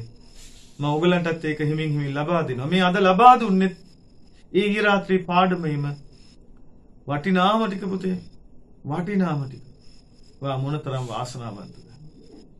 දැන් ඔයාලට කියන්න පුළුවන් පුතේ තමන්ගේ බිරිඳ ස්වාමි පුරුෂ මෙතන ඉන්නවා. තමන්ගේ බිරිඳ ගැන පැමිණිල්ලක් කරන්න පුළුවන්ද පුතේ දැන්? දැන් මෙතන ඉන්න බිරිඳට තමන්ගේ ස්වාමි පුරුෂයා සම්බන්ධයෙන් කිසිදු පැමිණිල්ලක් කරන්න පුළුවන් කියලාවත් හිතනවද? මෙතන ඉන්න අම්මලා තාත්තලාට මේ තිරේ ඉන්න තමන්ගේ දරුවෝ ගැන අබමල් රේණුක අහිතකින් දෙයක් කියන්න පුළුවන් වෙනවා. මේ තිරේ ඉන්න දරුවන්ට තමාගේ දෙමාපියන්ට හෝ තවත් කාට හරි දැන් ඉරහිව කියන්න පුළුවන්ද පුතේ? අනුකම්පාවයි ආදරයයි අරුණකොට වෙන දෙයක් ඔළුවට එන්නේ නැහැ පුතේ.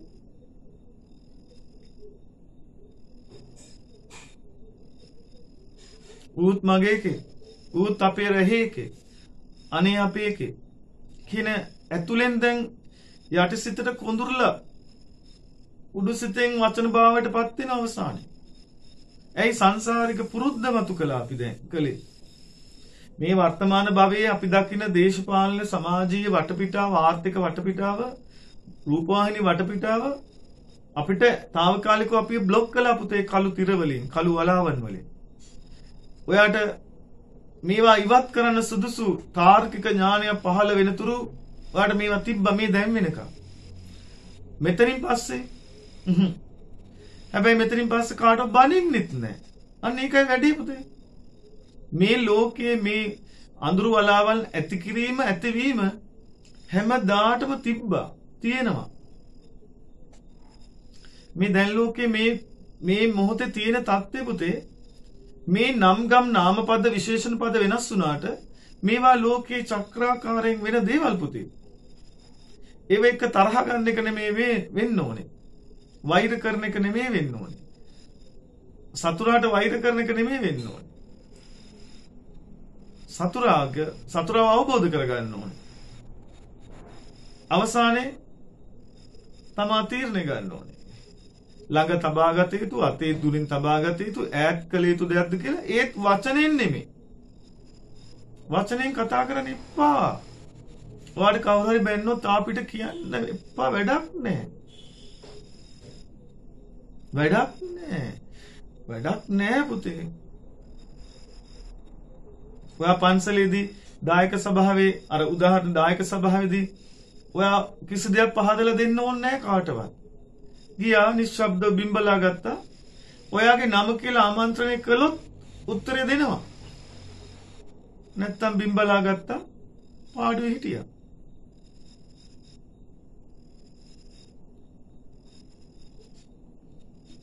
එච්චරයි. දැන් ඔයාට මොන තරම් ලස්සන ආලෝකයක් පහළ වෙන්න ඕනද? එහෙනම් ගෙදර ඔයා ඉන්නේ බැනුම් යටතේ නම් ගෙදර ඔයා ඉන්නේ ඔයාට නොදැන හරි දැන හරි ගෙදර ඔයත් එක්ක එකට ඉන්න පිරිසෙන් කවුරු හරි පුතේ ඔයාට සමච්චල් කරනවා නම් ඔයාට වෛර කරනවා නම් ඔයාට බනිනවා නම් රිදවනවා නම් අපහාස කරනවා නම් අනේ පුතේ ගෙදරින්ම පටන් ගන්න.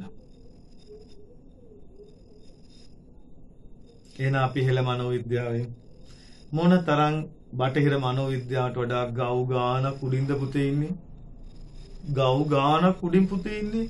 හැරෙන්නවත් දෙන්නේ නැහැ අපි ඒගොල්ලන්ට. අපි සුදු මහත්තුරුන්ට කියනවා තව අවුරුද්දකින් දෙකකින් අනාගතේ වාව මං හදලා පෙන්නලා ඉවරලා අපේ සහතිකේ අරගන්න අපි දෙන්නම්. ඒව සම්පූර්ණ කරන් පස්සේ උඹලාගේ ඒව සහතික වලට අපි යට වෙන්නේ නැහැ. අපි ස්වයං නිෂ්පාදකයෝ බවට පත් වෙනවා. අපි කරන වෘත්තිය අපි හරියටම කරනවා. අපි අපේ ගම රැක ගන්න වීරයෝ බවට පත් වෙනවා. ගමේ නිෂ්පාදනය වැඩි කරනවා, සේවා වැඩි කරනවා. ඕගොල්ලෝ තමයි නායකයෝ වෙන්න ඕනේ. එහෙනම් තාම ආදරෙන් ඔයාට මේ ලැබෙන ශක්තියින් සාකච්ඡා කරලා තාම දූරදර්ශී ලෙන්ගතුකමින් ඔයාගේ ගම හදන්න පටන් ගන්න. මොකද මේ ප්‍රශ්නේ මම බැලුවා ගමේ පන්සල තුල ඔයා හැසිරෙන විදිය. මෙතන දැන් පහළ වෙලා හැමෝම වගේ මානසිකව පහළ වෙලා බෝසත් සවිඥානික නායකත්වය. නොහොත් මේ සැබෑ හෙළ බෞද්ධ පිබිදීම එන කල් දාන දෙයක් නෙමෙයි. නැවතත් කියනවා ගෙදරින් පටන් ගන්න.